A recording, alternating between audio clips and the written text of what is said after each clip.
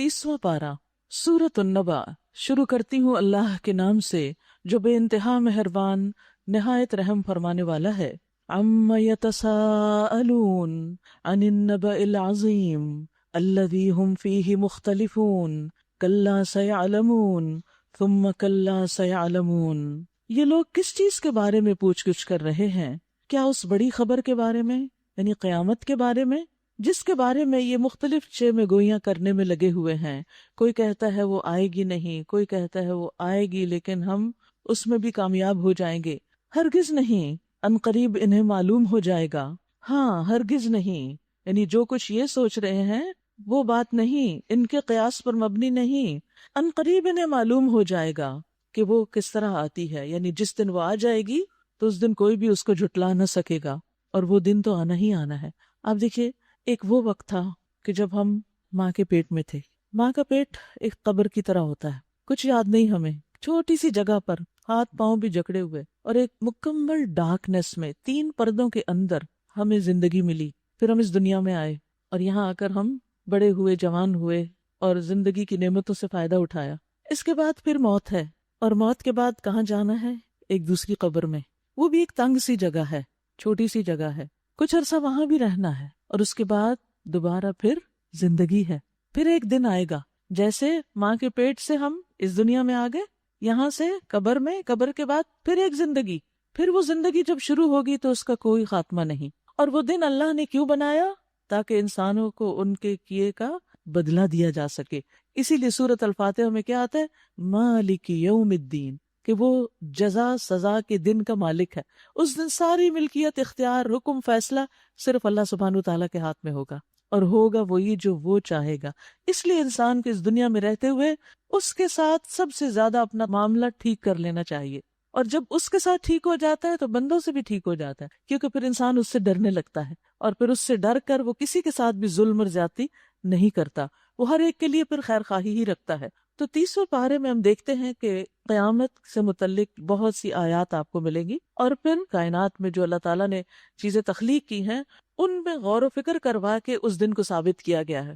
فرمایا الم نجعل الارض مہادا، کیا یہ واقعہ نہیں کہ ہم نے زمین کو فرش بنا دیا اور پہاڑوں کو میخوں یعنی کیلوں کی طرح گاڑ دیا کہ زمین ہل نہ جائے، اور تمہیں مردوں اور عورتوں کے جوڑوں کی شکل میں پیدا کیا، اور تمہاری نیند کو باعث سکون بنایا، اور رات کو پردہ پوش بنایا، اور دن کو معاش یعنی کام کا وقت بنایا، اور تمہارے اوپر 7 مضبوط آسمان قائم کیے، اور ایک نہایت روشن اور گرم چراغ پیدا کیا یعنی سورج، اور بادلوں سے لگاتار بارش برسائی تاکہ اس کے ذریعے سے غلہ اور سبزی اور گھنے باغ اگائیں۔ یہ سب کچھ کرنے والا کون ہے؟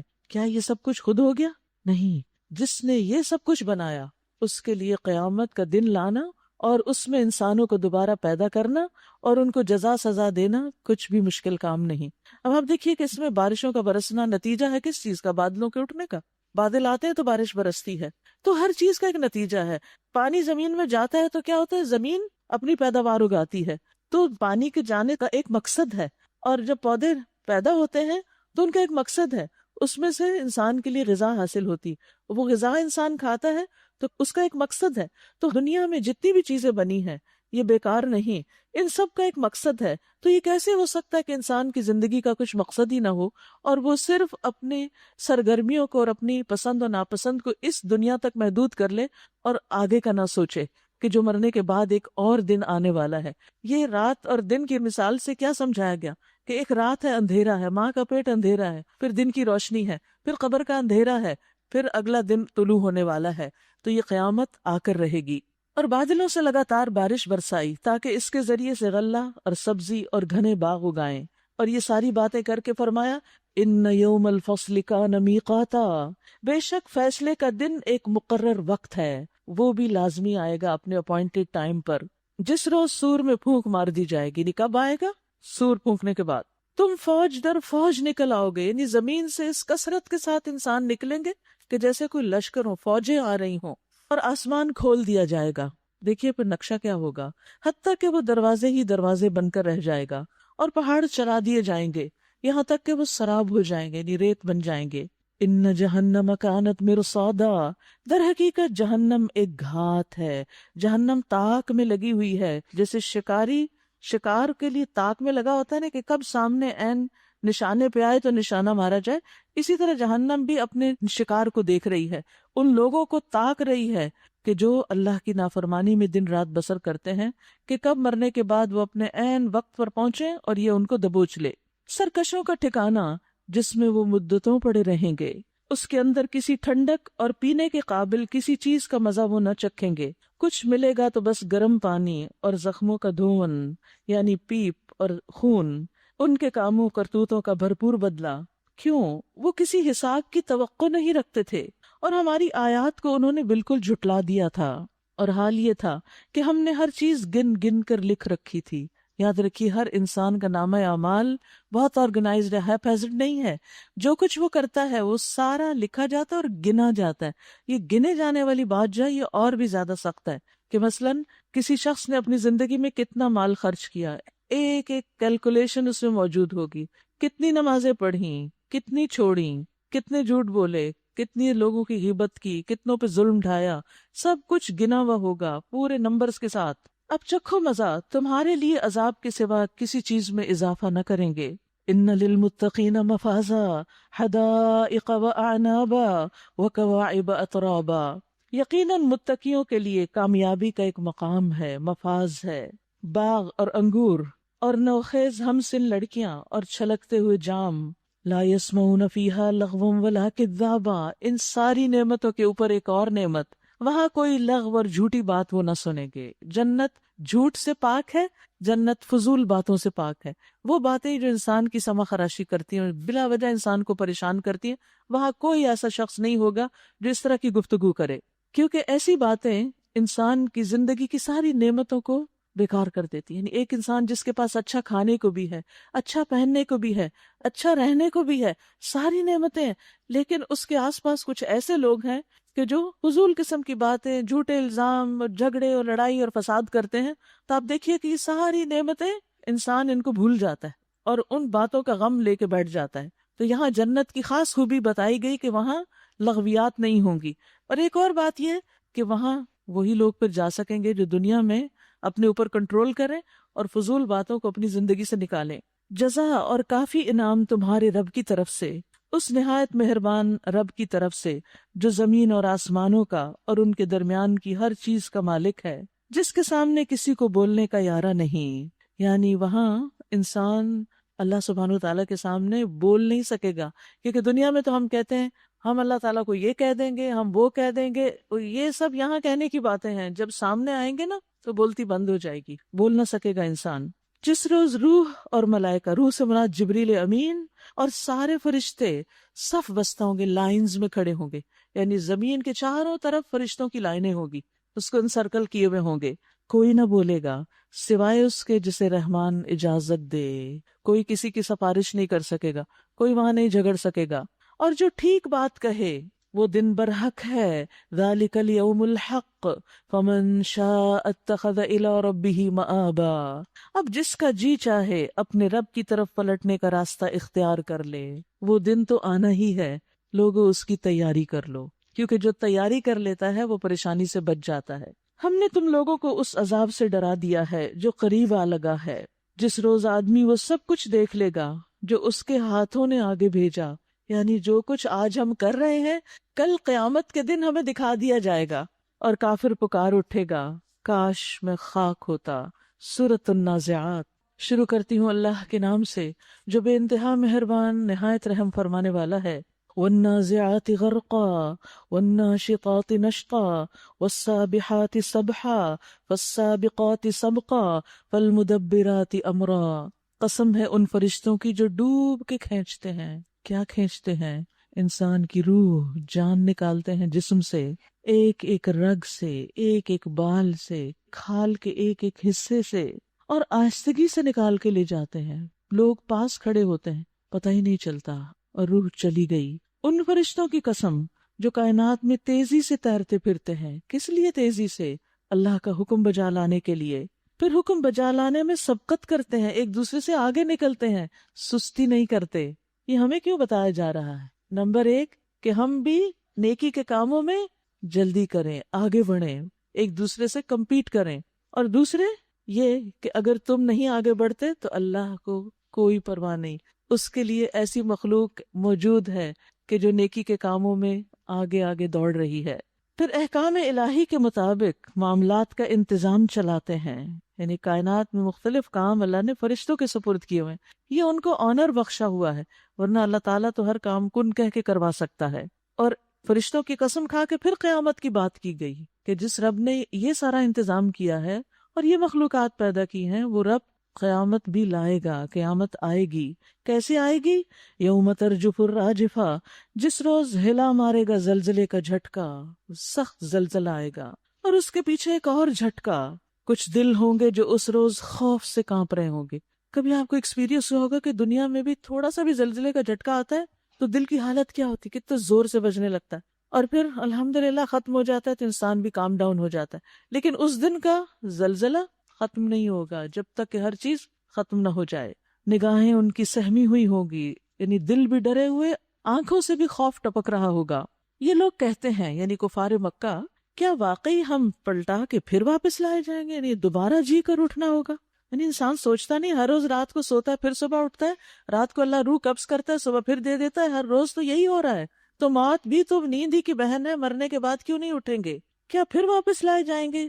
کیا جب ہم کھوکھلی بوسیدہ ہڈیاں بن چکے ہوں گے، یعنی قبروں میں مٹی ہو چکے ہوں گے، کہنے لگے یہ واپسی تو پھر بڑے گھاٹے کی ہوگی، بڑا نقصان ہوگا، کیونکہ ہم تو مانتے نہیں اور ہماری تو کوئی تیاری نہیں۔ حالانکہ یہ بس اتنا کام ہے کہ ایک زور کی ڈانٹ پڑے گی اور یکا یک یہ کھلے میدان میں موجود ہوں گے، یعنی اپنے قبروں سے نکل کر حشر کے میدان میں سب لوگ جمع ہو جائیں گے۔ کیا تمہیں موسیٰ کے قصے کی خبر پہنچی علیہ السلام، جب اس کے رب نے اسے طوا کی مقدس وادی میں پکارا تھا کہ فرعون کے پاس جا، وہ سرکش ہو گیا ہے، اور اس سے کہہ کیا تو اس کے لیے تیار ہے کہ پاکیزگی اختیار کرے؟ فرعون کے پاس کیوں بھیجا گیا موسیٰ علیہ السلام کو؟ فَقُلْ هَلْ لَكَ إِلَىٰ أَن تَزَكَّىٰ، کیا تم اپنا تزکیہ چاہتے ہو؟ تو آپ دیکھیے کہ جو بھی تعلیمات ہمیں قرآن و سنت سے ملتی ہیں، یہ انسان کو ایک بہتر انسان بناتی ہیں، پاک کرتی ہیں، صاف ستھرا کرتی ہیں، جسمانی طور پر بھی اور روحانی طور پر بھی، ظاہر بھی اور باطن بھی۔ اور میں تیرے رب کی طرف تیری رہنمائی کروں، اور دوسرا کام کیا ہے؟ لوگوں کو رب سے جوڑا جائے اور اس کا خوف تیرے اندر پیدا ہو، خشیت آئے، یہ ہے اصل علم۔ پھر موسیٰ نے فرعون کے پاس جا کر اس کو بڑی نشانی دکھائی، عصا دکھایا جو سانپ بن گیا، چمکتا ہاتھ دکھایا، واضح نشانیاں تھیں، مگر اس نے جھٹلا دیا اور نہ مانا۔ پھر چال بازیاں کرنے کے لیے پلٹا اور لوگوں کو جمع کر کے اس نے پکارا، میں تمہارا سب سے بڑا رب ہوں۔ آخر کار اللہ نے اسے آخرت اور دنیا کے عذاب میں پکڑ لیا، کیونکہ یہ فرعون کا تکبر تھا جو اسے لے ڈوبا۔ وہ اپنے آپ کو بڑی چیز سمجھتا تھا۔ بڑائی صرف اللہ کے لیے ہے، بندے خواہ بادشاہ ہوں یا فقیر سب بندے ہی ہوتے ہیں، اور بندے کو تکبر زیب نہیں دیتا۔ انسان کے لیے پسندیدہ چیز اللہ کی نگاہ میں، بندوں کی نگاہ میں عاجزی ہی ہے کہ انسان ہمبل ہو کر رہے۔ آخر کار اللہ نے اسے آخرت اور دنیا کے عذاب میں پکڑ لیا، یعنی دنیا میں بھی اس پر عذاب آ گیا۔ اور سول عذاب کی بات آئی سورۃ المؤمن میں کہ ڈوب کر مرا، اور ڈوب کر مرنا جو ہے ایک تکلیف دہ موت ہے۔ در حقیقت اس میں بڑی عبرت ہے ہر اس شخص کے لیے جو ڈرے تو پھر وہ تکبر نہیں کرے گا، وہ اللہ کے آگے جھک جائے گا۔ کیا تم لوگوں کی تخلیق زیادہ سخت کام ہے یا آسمان کی؟ یعنی تمہیں بنانا مشکل ہے یا آسمان؟ اتنا بڑا آسمان جس رب نے بنایا وہ قیامت کے دن دوبارہ تمہیں پیدا کر لے گا۔ اللہ نے اس کو بنایا، اس کی چھت خوب اونچی اٹھائی انسانوں کی پہنچ سے باہر، پھر اس کا توازن قائم کیا اور اس کی رات ڈھانکی اور اس کا دن نکالا۔ اس کے بعد زمین کو اس نے بچھایا، تو اس سے پتہ چلتا ہے کہ آسمان پہلے بنا پھر زمین۔ اس کے اندر سے اس کا پانی اور چارہ نکالا، یعنی زمین سے پانی بھی نکلتا ہے اور درخت نباتات بھی اگتی ہیں، اور پہاڑ اس کے اندر گاڑ دیے، یعنی کچھ چیزیں باہر آتی ہیں اور کچھ چیزیں اس کے اندر ہیں۔ سامان زیست کے طور پر، زندگی کے سامان کے طور پر تمہارے لیے اور تمہارے مویشیوں کے لیے، یعنی انسان اور حیوانات سب کا حق ہے اس زمین پر، اس پلانٹ پر۔ فَإِذَا جَاءَتِ الطَّامَّةُ الْكُبْرَى، پھر جب وہ ہنگامہ عظیم برپا ہوگا، یہاں قیامت کو طامہ کہا گیا، جس روز انسان اپنا سب کیا دھرا یاد کرے گا۔ اس وقت بیٹھ کے سوچے گا کیا کیا میں نے، کیوں وقت ضائع کیا، کیوں میں ایسی غیر ضروری چیزوں میں پڑ گیا جن کا آج مجھے کوئی فائدہ نہیں۔ اور ہر دیکھنے والے کے سامنے دوزخ کھول کر رکھ دی جائے گی، تو جس نے سرکشی کی تھی اور دنیا کی زندگی کو ترجیح دی تھی، دوزخ اس کا ٹھکانہ ہوگا۔ یعنی اللہ کے احکامات کے مقابلے میں جھکا نہیں، سرکش بن گیا. اور دوسرا یہ کہ دنیا کی زندگی کو پرائرٹی نمبر 1 رکھا، آخرت کو بھول گیا.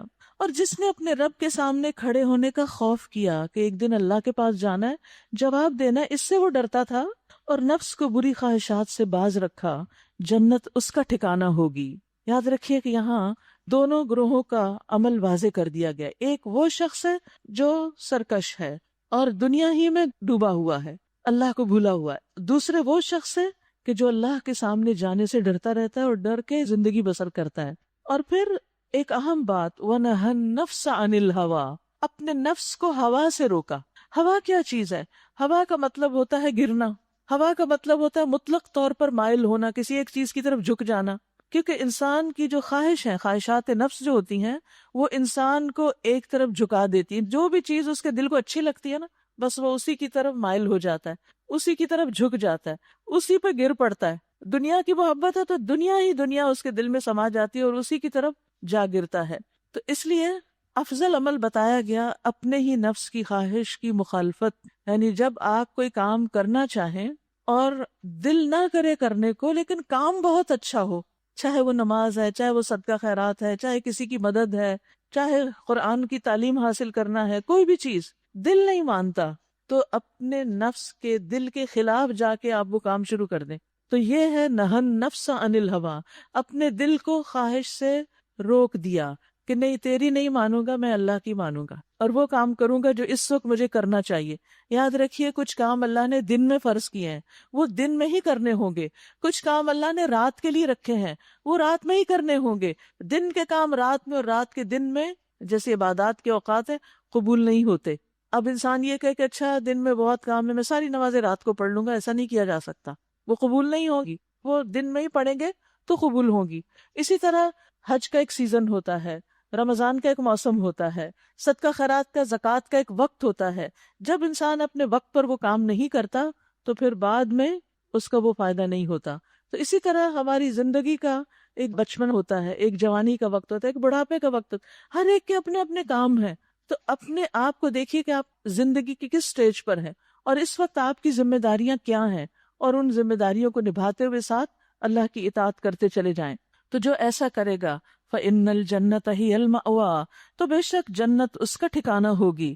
یہ لوگ تم سے پوچھتے ہیں آخر وہ گھڑی کب آ کے ٹھہرے گی، تمہارا کیا کام کہ اس کا وقت بتاؤ. یعنی اللہ تعالیٰ نے نبی صلی اللہ علیہ وسلم کو بھی قیامت کا وقت نہیں بتایا کہ کس وقت آئے گی. اس کا علم تو اللہ پر ختم ہے، تم صرف خبردار کرنے والے ہو ہر اس شخص کو جو اس کا خوف کرے. جس روز یہ لوگ اسے دیکھ لیں گے تو انہیں یوں محسوس ہوگا کہ یہ دنیا میں یا حالت موت میں بس ایک دن کے پچھلے پہر یا اگلے پہر تک ٹھہرے ہیں. بس قیامت کا ایک دن 50,000 سال کے برابر ہے، اور وہ ایک دن جب انسان وہاں کھڑا ہوگا تو دنیا کی زندگی اس کو ایک دن یا دن کا کچھ حصہ نظر آئے گی، بس اتنی سی. اور حقیقت ہے زندگی ہے بھی اتنی. ہم میں سے جو جتنی بھی زندگی گزار چکے، ذرا پلٹ کے پیچھے دیکھیں کہاں ہے وہ، کتنی ہے وہ. چند لمحوں کی بات ہے. آپ اگر سوچنا بھی شروع کریں نا اپنی پرانی یادوں کو، کتنی دیر تک سوچ سکتے ہیں؟ ایک دن پورا سوچ سکتے ہیں؟ Half a day? یہ دن کی تھوڑی سی دیر بھی کافی ہو جائے گی، بچپن سے لے کے اب تک جو جو کچھ آپ نے کیا. اگر آپ کو اپنی زندگی کی کہانی کسی کو بتانی ہوگی، اپنے بچوں کو، کسی کو بھی، زیادہ سے زیادہ کتنا وقت لگے گا؟ بس آخرت میں دنیا کی زندگی ایک کہانی ہے چھوٹی سی، جس کو ہم اس وقت زیادہ امپورٹنس دیتے ہیں. یہ آخرت کے دن کے مقابلے میں بہت چھوٹا وقت ہے. سورۃ عبسہ. شروع کرتی ہوں اللہ کے نام سے جو بے انتہا مہربان نہایت رحم فرمانے والا ہے. عبس وتولی، ترشرو ہوا اور بے رخی برتی اس بات پر کہ وہ اندھا اس کے پاس آ گیا. اشارہ ہے نبی صلی اللہ علیہ وسلم کی طرف کہ جب آپ صلی اللہ علیہ وسلم ایک موقع پر کفار قریش کو، ان کے سرداروں کو اسلام کی دعوت دے رہے تھے، تو اتنے میں ایک صحابی جو نابینا تھے وہ آپ کے پاس آ کر کچھ پوچھنے لگے. انہیں نہیں معلوم تھا کہ آپ کس کام میں مصروف ہیں، تو ان کی جو انٹرفیرنس تھی آپ کو کچھ ناگوار محسوس ہوئی، اور اس ناگواری کا اظہار آپ کے چہرے پر بھی ہو گیا. بس تھوڑے سا آپ کی بھویں اٹھ گئی تھی، بس چند لائنیں یہاں آ گئی تھی. اللہ سبحانہ تعالیٰ چونکہ آپ کو ایک اعلیٰ مقام پہ دیکھنا چاہتے ہیں، اور انک لعلی خلق عظیم، تو آپ کے چہرے پہ یہ تھوڑی سی ناگواری بھی نوٹس میں آ گئی، اور اللہ سبحانہ تعالیٰ نے اس کا قرآن میں ذکر کر دیا کہ آپ نے ایک نابینا شخص کو امپورٹنس کیوں نہیں دی. دیکھیے کہ ہمارے معاشرے میں کتنے ہی لوگ ایسے ہیں کہ جو سٹیٹس کے اعتبار سے یا اپنی کسی فزیکل نیڈ کے اعتبار سے ویک ہیں، کمزور ہیں، تو سارے معاشرے پر ان کا ایک حق ہوتا ہے، ان کی ایک اہمیت ہوتی ہے، ان کو توجہ دینی ہوتی ہے. تو یہاں آپ کے اخلاق سے ہمیں یہ سکھا دیا گیا، اور خصوصاً ایسا شخص جو نابینا ہونے کے باوجود دل کی آنکھیں رکھتا ہے اور دین کے بارے میں جاننا چاہتا ہے اور آگے بڑھنا چاہتا ہے. فرمایا تمہیں کیا خبر، شاید وہ سدھر جائے یا نصیحت پر دھیان دے، یعنی یہ نابینا، اور نصیحت کرنا اس کے لیے فائدہ مند ہو. اور جو شخص بے پرواہی برتتا ہے، یعنی یہ کفار قریش میں سے، اس کی طرف تو تم توجہ کرتے ہو کیونکہ وہ سردار ہیں، حالانکہ اگر وہ نہ سدھرے تو تم پر اس کی کیا ذمہ داری ہے. اور جو خود تمہارے پاس دوڑا آتا ہے اور وہ ڈر رہا ہوتا ہے، اس سے تم بے رخی برتتے ہو. اس میں دین کی دعوت دینے والے اور دین کی تعلیم دینے والوں کو ایک بہت زبردست سبق دیا گیا ہے کہ وہ انسانوں کے ساتھ کس طرح معاملہ کریں. اس میں صرف یہ نہ دیکھیں کہ کس کا سٹیٹس بڑا ہے تو اس کو زیادہ امپورٹنس دی جائے، اور کچھ جو ذرا دنیاوی اعتبار سے کم ہے لیکن دین سے زیادہ محبت رکھتے ہیں ان کو نظر انداز کر دیا جائے، تو یہ اللہ تعالیٰ کو پسند نہیں. اللہ کے نزدیک سب سے زیادہ معزز کون ہے؟ جو سب سے زیادہ مالدار ہو، یا سب سے زیادہ خوبصورت ہو، یا سب سے بڑی ڈگری اس کے پاس ہو، یا بہت زیادہ مشہور ہو؟ نہیں، اللہ کے نزدیک سب سے زیادہ عزت والا وہ ہے جس کا دل اچھا، دل کے اندر تقویٰ ہو، جو تقویٰ والا ہے، چاہے وہ دنیاوی اعتبار سے کتنا بھی پیچھے ہے لیکن اللہ کا بہت پیارا ہے. لہٰذا ہمیشہ یہ یاد رکھنا چاہیے کہ کہیں ایسا نہ ہو کہ کسی انسان کے ساتھ ہم زیادتی کر جائیں اور وہ اللہ کا پیارا ہو اور اللہ تعالیٰ اس کی وجہ سے ہم سے ناراض ہو جائے. تو تمام انسانوں کو عزت دیں، ہر ایک کے ساتھ اچھا معاملہ کریں، کوئی چھوٹا ہو بڑا ہو، ہر ایک کو اس کا مقام دیں. ہرگز نہیں، کلا انہا تذکرہ، یہ تو ایک نصیحت ہے. کیا؟ قرآن. فمن شاء ذکرہ، جس کا جی چاہے اسے قبول کرے. یہ کتاب سب کے لیے ہے، قرآن فار آل، فی صحف مکرمہ، یہ ایسے صحیفوں میں درج ہے جو مکرم ہیں، معزز ہیں، مرفوعۃ مطہرہ، بلند مرتبہ ہیں، پاکیزہ ہیں، بِأَيْدِي سفرہ، کرام بررہ، معزز اور نیک کاتبوں کے ہاتھوں میں رہتے ہیں. یہاں پر یہ بتایا جا رہا ہے کہ قرآن کے حامل کیسے ہوتے ہیں، وہ فرشتے جو قرآن کی خدمت پر مامور ہیں ان کی کیا صفات ہیں.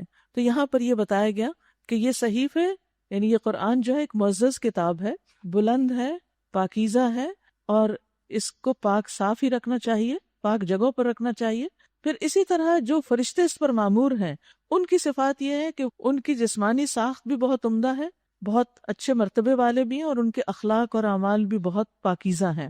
اس سے یہ پتہ چلتا ہے کہ جو شخص بھی قرآن پڑھتا یا پڑھاتا ہو، حامل قرآن ہو، حامل کا مطلب ہوتا ہے اٹھانے والا، اس کو اپنے اندر یہ صفات پیدا کرنی چاہیے، یعنی وہ پاکیزگی کا اہتمام بھی کرے، اور اس کے ساتھ ساتھ یہ کہ وہ اپنے اخلاق پر بھی توجہ دے. یہ نہ ہو کہ دن رات قرآن پڑھائیں لیکن لوگوں سے بات کریں تو اس میں کسی قسم کی کوئی رعایت نہ ہو.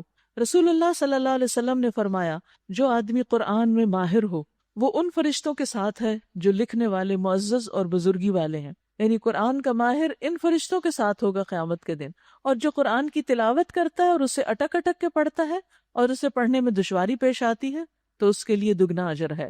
یاد رکھیے، مختلف احادیث اور صحابہ کے اقوال کی روح سے قرآن پڑھنے والوں کی کچھ مخصوص صفات ہیں کہ وہ کس طرح دوسروں سے مختلف ہوتے ہیں. عبداللہ بن مسعود کہتے ہیں کہ حامل قرآن کے شایان شان ہے کہ اسے اس کی رات سے پہچانا جائے جب لوگ سو رہے ہوں، کیونکہ قرآن رات میں نازل ہوا تھا. دن کے علاوہ رات کو قرآن پڑھنا زیادہ فضیلت والا ہے.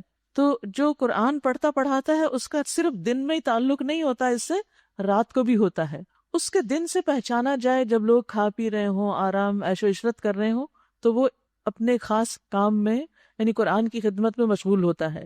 اس کے غم سے پہچانا جائے جب لوگ خوش ہو رہے ہوں، اس کے رونے سے پہچانا جائے جب لوگ ہنس رہے ہوں، اس کی خاموشی سے پہچانا جائے جب لوگ باتوں میں مشغول ہوں، اس کے خشوع سے پہچانا جائے جب لوگ تکبر اور فخر کا اظہار کر رہے ہوں. اور چاہیے کہ حامل قرآن رونے والا یعنی اس کا دل نرم ہو، غمگین ہو یعنی اسے اپنی آخرت کی فکر ہو، بردبار یعنی متحمل مزاج ہو، سمجھ بوجھ والا اور کم گو ہو، یعنی بہت باتونی نہ ہو. اور حامل قرآن کو چاہیے کہ نہ تو وہ شور شرابہ کرے، نہ چیخنا چلانا کرے، اور نہ تیز طبیعت والا ہو، یعنی اس کے اندر ایک وقار ہو، ایک حلم ہو، ایک بردباری ہو. جو اس کے اخلاق اور کردار میں جھلکتی ہو، جس طرح یہاں اللہ تعالیٰ نے حامل قرآن فرشتوں کی صفات بتائی ہیں۔ قتل الانسان ما اکفرا من ای شیء خلقا، لعنت ہو انسان پر، کیسا منکر حق ہے، کس چیز سے اللہ نے اسے پیدا کیا؟ نطفے کی ایک بوند سے۔ انسان اپنی اصل کو یاد رکھے تو اس کا تکبر نکل جائے کہ کس راستے سے وہ دنیا میں آیا ہے۔ اللہ نے اسے پیدا کیا، پھر اس کی تقدیر مقرر کی۔ ماں کے پیٹ میں ہی تقدیر لکھ دی جاتی ہے کہ عمر کتنی ہے، رزق کیا ہوگا، فوت کب ہوگا۔ پھر اس کے لیے زندگی کی راہ آسان کی، ایک تنگ راستے سے انسان باہر آتا ہے اور پھر دنیا میں اس کو ایک آزادی ملتی ہے، اور وہ چاہے تو اللہ کی اطاعت کرے یا چاہے تو نافرمانی کرے۔ ثم اماتہ فاقبرہ، پھر اسے موت دی اور قبر میں پہنچایا۔ ثم اذا شاء انشرہ، پھر جب وہ چاہے اسے دوبارہ اٹھا کھڑا کرے۔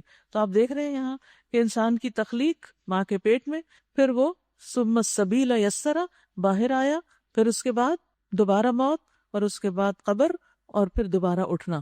یہ سب مرحلے قرآن میں بتا دیے گئے ہیں کہ انسان ان سے لازماً گزرے گا، ان سے کوئی فرار حاصل نہیں کر سکتا، بھاگ نہیں سکتا۔ کلا، ہرگز نہیں، اس نے وہ فرض ادا نہیں کیا جس کا اللہ نے اسے حکم دیا، یعنی دنیا میں رہتے ہوئے اللہ کی بات نہیں مانی۔ پھر ذرا انسان اپنی خوراک کو دیکھے، یعنی کھانا کھاتے ہوئے بھی غور و فکر کرے۔ ہم نے خوب پانی لنڈھایا، پھر زمین کو عجب طرح پھاڑا، یعنی دانا کتنا بھی اندر ہو کیسے رستہ بنا لیتا ہے۔ حالانکہ اگر آپ کو زمین کھودنا پڑے تو اچھی بھلی قوت لگتی ہے، تو ایک کمزور سا بیج جو ہے اس کو اللہ کیسی طاقت دیتا ہے کہ وہ چھوٹی سی کمپل کے ساتھ باہر نکل آتا ہے۔ پھر زمین کو عجب طرح پھاڑا، پھر اس کے اندر غلے اگائے، اور انگور اور ترکاریاں اور زیتون اور کھجوریں اور گھنے باغ اور طرح طرح کے پھل اور چارے تمہارے لیے اور تمہارے مویشیوں کے لیے زندگی کے سامان کے طور پر۔ یہ چیزیں نہ ہوں تو انسان کیسے زندہ رہ سکتا ہے؟ لیکن انسان ان سب نعمتوں کو کھاتے پیتے یاد رکھے کہ واپسی بھی ہے، آگے بھی جانا ہے۔ آپ دیکھیں کس طرح زبردست کمبینیشن ہے، ایک طرف دنیا کی بات کی جاتی ہے اور دوسری طرف پھر فوراً آخرت کا ذکر آ جاتا ہے۔ تو مومن اسی طرح جیتا ہے، دنیا کے کام کاج بھی کرتا ہے، کھیتی بھی اگاتا ہے، بزنس بھی کرتا ہے، خرید و فروخت بھی کرتا ہے، کھاتا پکاتا بھی ہے، سب کام کرتا ہے، لیکن دل اس کا کہاں اٹکا رہتا ہے؟ آخرت میں، کہ واپسی ہے، جانا ہے۔ بالکل مسافر کی طرح، مسافر 7 اسٹار ہوٹل میں بھی رہے تو اس کو کیا یاد رہتا ہے کہ واپس بھی جانا ہے۔ اچھا کتنے دن رہ گئے ہیں، کب چیک آؤٹ کرنا ہے، کیا کرنا ہے کیا نہیں، اس کے ذہن پر یہ چیز ہمیشہ سوار رہتی۔ ایسے ہی مومن کے دل پر یہ بات ہمیشہ رہتی ہے کہ پتہ نہیں کب واپسی کا دن آ جائے، اس کے لیے بھی کچھ کر لوں۔ وہ کب ہے دن؟ فَإِذَا جَاءَتِ الصَّاخَّةُ، آخر کار جب وہ کان بہرے کر دینے والی آواز بلند ہوگی۔ اس روز آدمی اپنے بھائی اور اپنی ماں اور اپنے باپ اور اپنی بیوی اور اپنی اولاد سے بھاگے گا۔ یہ پیارے پیارے رشتے اس کو اس دن پیارے نہیں لگیں گے، ان کو دیکھے گا بھی نہیں، اور اگر نظر آ جائے تو دور بھاگ جائے گا، اس ڈر سے کہ کہیں یہ مجھ سے کچھ مانگ نہ لے۔ اور اگر وہ مانگ بھی لے تو انسان نہ اپنے باپ کو کچھ دے گا نہ اپنے بیٹے کو کچھ دے گا، کیونکہ ہر شخص کو لِكُلِّ امْرِئٍ مِّنْهُمْ يَوْمَئِذٍ شَأْنٌ يُغْنِيهِ، ان میں سے ہر شخص پر اس دن ایسا وقت آ پڑے گا کہ اسے اپنے سوا کسی کا ہوش نہیں ہوگا۔ ہر ایک کو اپنی اتنی فکر پڑی ہوگی کہ دوسرے بھول جائیں گے۔ کچھ چہرے اس روز دمک رہے ہوں گے، چمک رہے ہوں گے، حشاش بشاش اور خوش و خرم، اور کچھ چہروں پر اس روز خاک اڑ رہی ہوگی اور کلونس چھائی ہوئی ہوگی۔ یہی کافر و فاجر لوگ ہوں گے۔ یہاں کافر فاجر، کافر تو وہ جو انکار کر دے، اور فاجر وہ جو نافرمانیاں کرے۔ سورۃ التکویر شروع کرتی ہوں اللہ کے نام سے جو بے انتہا مہربان نہایت رحم فرمانے والا ہے۔ اذا الشمس کورت، جب سورج لپیٹ دیا جائے گا۔ واذا النجوم انکدرت، اور جب تارے بکھر جائیں گے۔ آسمان ایسا آسمان نہ رہے گا جو ہم ہر روز صبح دیکھتے ہیں اور شام دیکھتے ہیں۔ اور جب پہاڑ چلا دیے جائیں گے، زمین کا نقشہ بھی بدل جائے گا۔ اور جب 10 مہینے کی حاملہ اونٹنیاں اپنے حال پہ چھوڑ دی جائیں گی، کوئی ان کا پرسان حال نہیں ہوگا۔ اور جب جنگلی جانور سمیٹ کر اکٹھے کر دیے جائیں گے، اور جب سمندر بھڑکا دیے جائیں گے، ان میں آگ بھڑک اٹھے گی، اور جب جانیں جسموں سے جوڑ دی جائیں گی، جسم زمین سے اٹھیں گے اور روح ان میں آ جائے گی، اور جب زندہ گاڑی ہوئی لڑکی سے پوچھا جائے گا کہ وہ کس قصور میں ماری گئی، کیونکہ عربوں کے ہاں ایسی جہالت تھی کہ اپنی ہی بیٹیوں کو مار ڈالتے تھے، اور مارتے بھی کیسے؟ زندہ قبر میں ڈال کے۔ اور جب نامہ اعمال کھول دیے جائیں گے، سب کے عمل سامنے آ جائیں گے، اور جب آسمان کا پردہ ہٹا دیا جائے گا، اور جب جہنم دہکائی جائے گی، اور جب جنت قریب لے آئی جائے گی، اس وقت ہر شخص کو معلوم ہو جائے گا کہ وہ کیا لے کر آیا ہے۔ یہاں آپ دیکھیے کہ آیت 7 جو ہے وہ اذن نفوس زوجت، یہ بڑی انٹرسٹنگ آیت ہے۔ اس سے پتہ چلتا ہے کہ نفوس یعنی روحیں یا انسان اکٹھے کر دیے جائیں گے، لیکن یہ اکٹھے کیسے ہوں گے؟ جیسے جیسے جس کے جو انٹرسٹ ہوں گے۔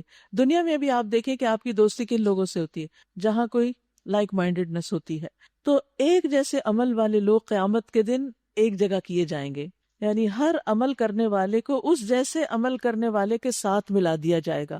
جو اللہ کی رضا کے لیے آپس میں محبت کرتے ہیں ان کو جنت میں ملا دیا جائے گا، جو شیطان کی اطاعت میں آپس میں ایک دوسرے سے محبت کرتے ہیں ان کو جہنم میں اکٹھا کر دیا جائے گا، اور ہر انسان اسی کے ساتھ ہوگا قیامت کے دن جس سے وہ محبت کرتا ہوگا۔ حضرت انس سے مروی ہے، ایک شخص نے نبی صلی اللہ علیہ وسلم سے قیامت کے بارے میں پوچھا کہ کب آئے گی؟ آپ نے فرمایا کیا تم نے اس کی تیاری کر لی ہے؟ اس نے کہا کچھ بھی نہیں مگر یہ کہ میں اللہ اور اس کے رسول سے بہت محبت کرتا ہوں۔ تو آپ نے فرمایا تم قیامت کے دن اسی کے ساتھ ہوگے جس سے تم محبت کرتے ہو۔ حضرت انس کہتے ہیں کہ اس بات سے ہم اتنا خوش ہوئے کہ کبھی کسی بات سے نہیں ہوئے، کیونکہ انسان ہمیشہ کیا چاہتا ہے؟ جس سے وہ محبت کرتا ہے اس کے ساتھ رہے۔ وہ کہتے ہیں کہ میں نبی صلی اللہ علیہ وسلم سے محبت کرتا ہوں، میں ابو بکر سے محبت کرتا ہوں، میں عمر سے محبت رکھتا ہوں، مجھے امید ہے کہ اس محبت کی وجہ سے میں ان کے ساتھ ہوں گا اگرچہ میرے عمل ان کے برابر نہیں۔ تو نیک لوگوں کی محبت یہ بھی بڑے فائدے کا سودا ہے، قیامت کے دن اللہ تعالیٰ انہی کے ساتھ جمع کر دیں گے۔ بس نہیں میں قسم کھاتا ہوں پلٹنے اور چھپ جانے والے تاروں کی، پھر کائنات کی نشانیاں دکھائی جا رہی ہیں، اور رات کی جب کہ وہ رخصت ہوئی، اور صبح کی جب کہ اس نے سانس لیا، یعنی صبح طلوع ہو گئی۔ یہ فی الواقع ایک بزرگ پیغامبر کا قول ہے، یعنی جبریل امین اس کو لے کر آئے ہیں، جو بڑی قوت والا ہے، عرش والے کے ہاں بلند مرتبہ ہے، وہاں اس کا حکم مانا جاتا ہے، وہ بااعتماد ہے۔ ایک اچھے لیڈر کی خوبیاں، اور اے اہل مکہ تمہارا رفیق مجنون نہیں، اس نے اس پیغامبر کو روشن افق پر دیکھا ہے، اور وہ غیب کے اس علم کو لوگوں تک پہنچانے کے معاملے میں بخیل نہیں۔ نبی صلی اللہ علیہ وسلم نے حضرت جبریل علیہ السلام کو جب دیکھا، یہاں ان کے دیکھنے کا ذکر ہو رہا ہے، تو ان کے 600 پر تھے، اتنے ہیوج، ذی قوتن، بہت قوت والے۔ اور مسند احمد کی روایت میں آتا ہے کہ ان کے پروں سے موتی، ہیرے اور یاقوت جھڑ رہے تھے۔ نبی صلی اللہ علیہ وسلم نے فرمایا میں نے جبریل علیہ السلام کو دیکھا، ان کے پاؤں کے جو روئیں تھے، جیسے یہ بال ہوتے ہیں چھوٹے چھوٹے، یہ موتی کی طرح چمک رہے تھے، اور ان کی مثال سبزے پر بارش کے قطروں کی طرح ہے، جیسے گھاس ہوتی ہے نا اور اس کے اوپر شبنم پڑتی ہے یا بارش پڑتی ہے، چھوٹے چھوٹے قطرے نظر آتے ہیں، تو ایسے ہی ان روحوں کے اوپر چھوٹے چھوٹے موتی تھے، یعنی اتنے خوبصورت بھی ہیں۔ نبی صلی اللہ علیہ وسلم نے فرمایا میں نے سدرۃ المنتہا کے پاس جب آپ معراج پہ گئے تھے جبریل کو دیکھا، ان کے 600 پر تھے۔ راوی کہتے ہیں میں نے عاصم سے پروں کے بارے میں سوال کیا تو انہوں نے انکار کر دیا۔ ان کے کسی اور شاگرد نے مجھے بتایا کہ جبریل علیہ السلام کا ایک پر مشرق سے مغرب تک تھا، اتنا بڑا، وہ بالافق المبین، افق کو انہوں نے ڈھانپ لیا تھا۔ یعنی اللہ کی کیسی کیسی مخلوق ہے۔ تمام فرشتوں میں سے سب سے بڑے فرشتے ہیں جبریل علیہ السلام، وہ قرآن لے کر آئے ہیں۔ اس سے اندازہ لگائیں کہ اللہ تعالیٰ نے اس کتاب کو کتنی اہمیت دی ہے، کہ لانے والا بھی کون ہے؟ جبریل امین۔ اور یہ کسی شیطان مردود کا قول نہیں، یعنی یہ قرآن کسی شیطان کی طرف سے نہیں آیا، جیسا کہ آپ کے دشمن کہتے تھے کہ کوئی شیطان آ کے آپ کو یہ سب باتیں سکھا جاتا ہے۔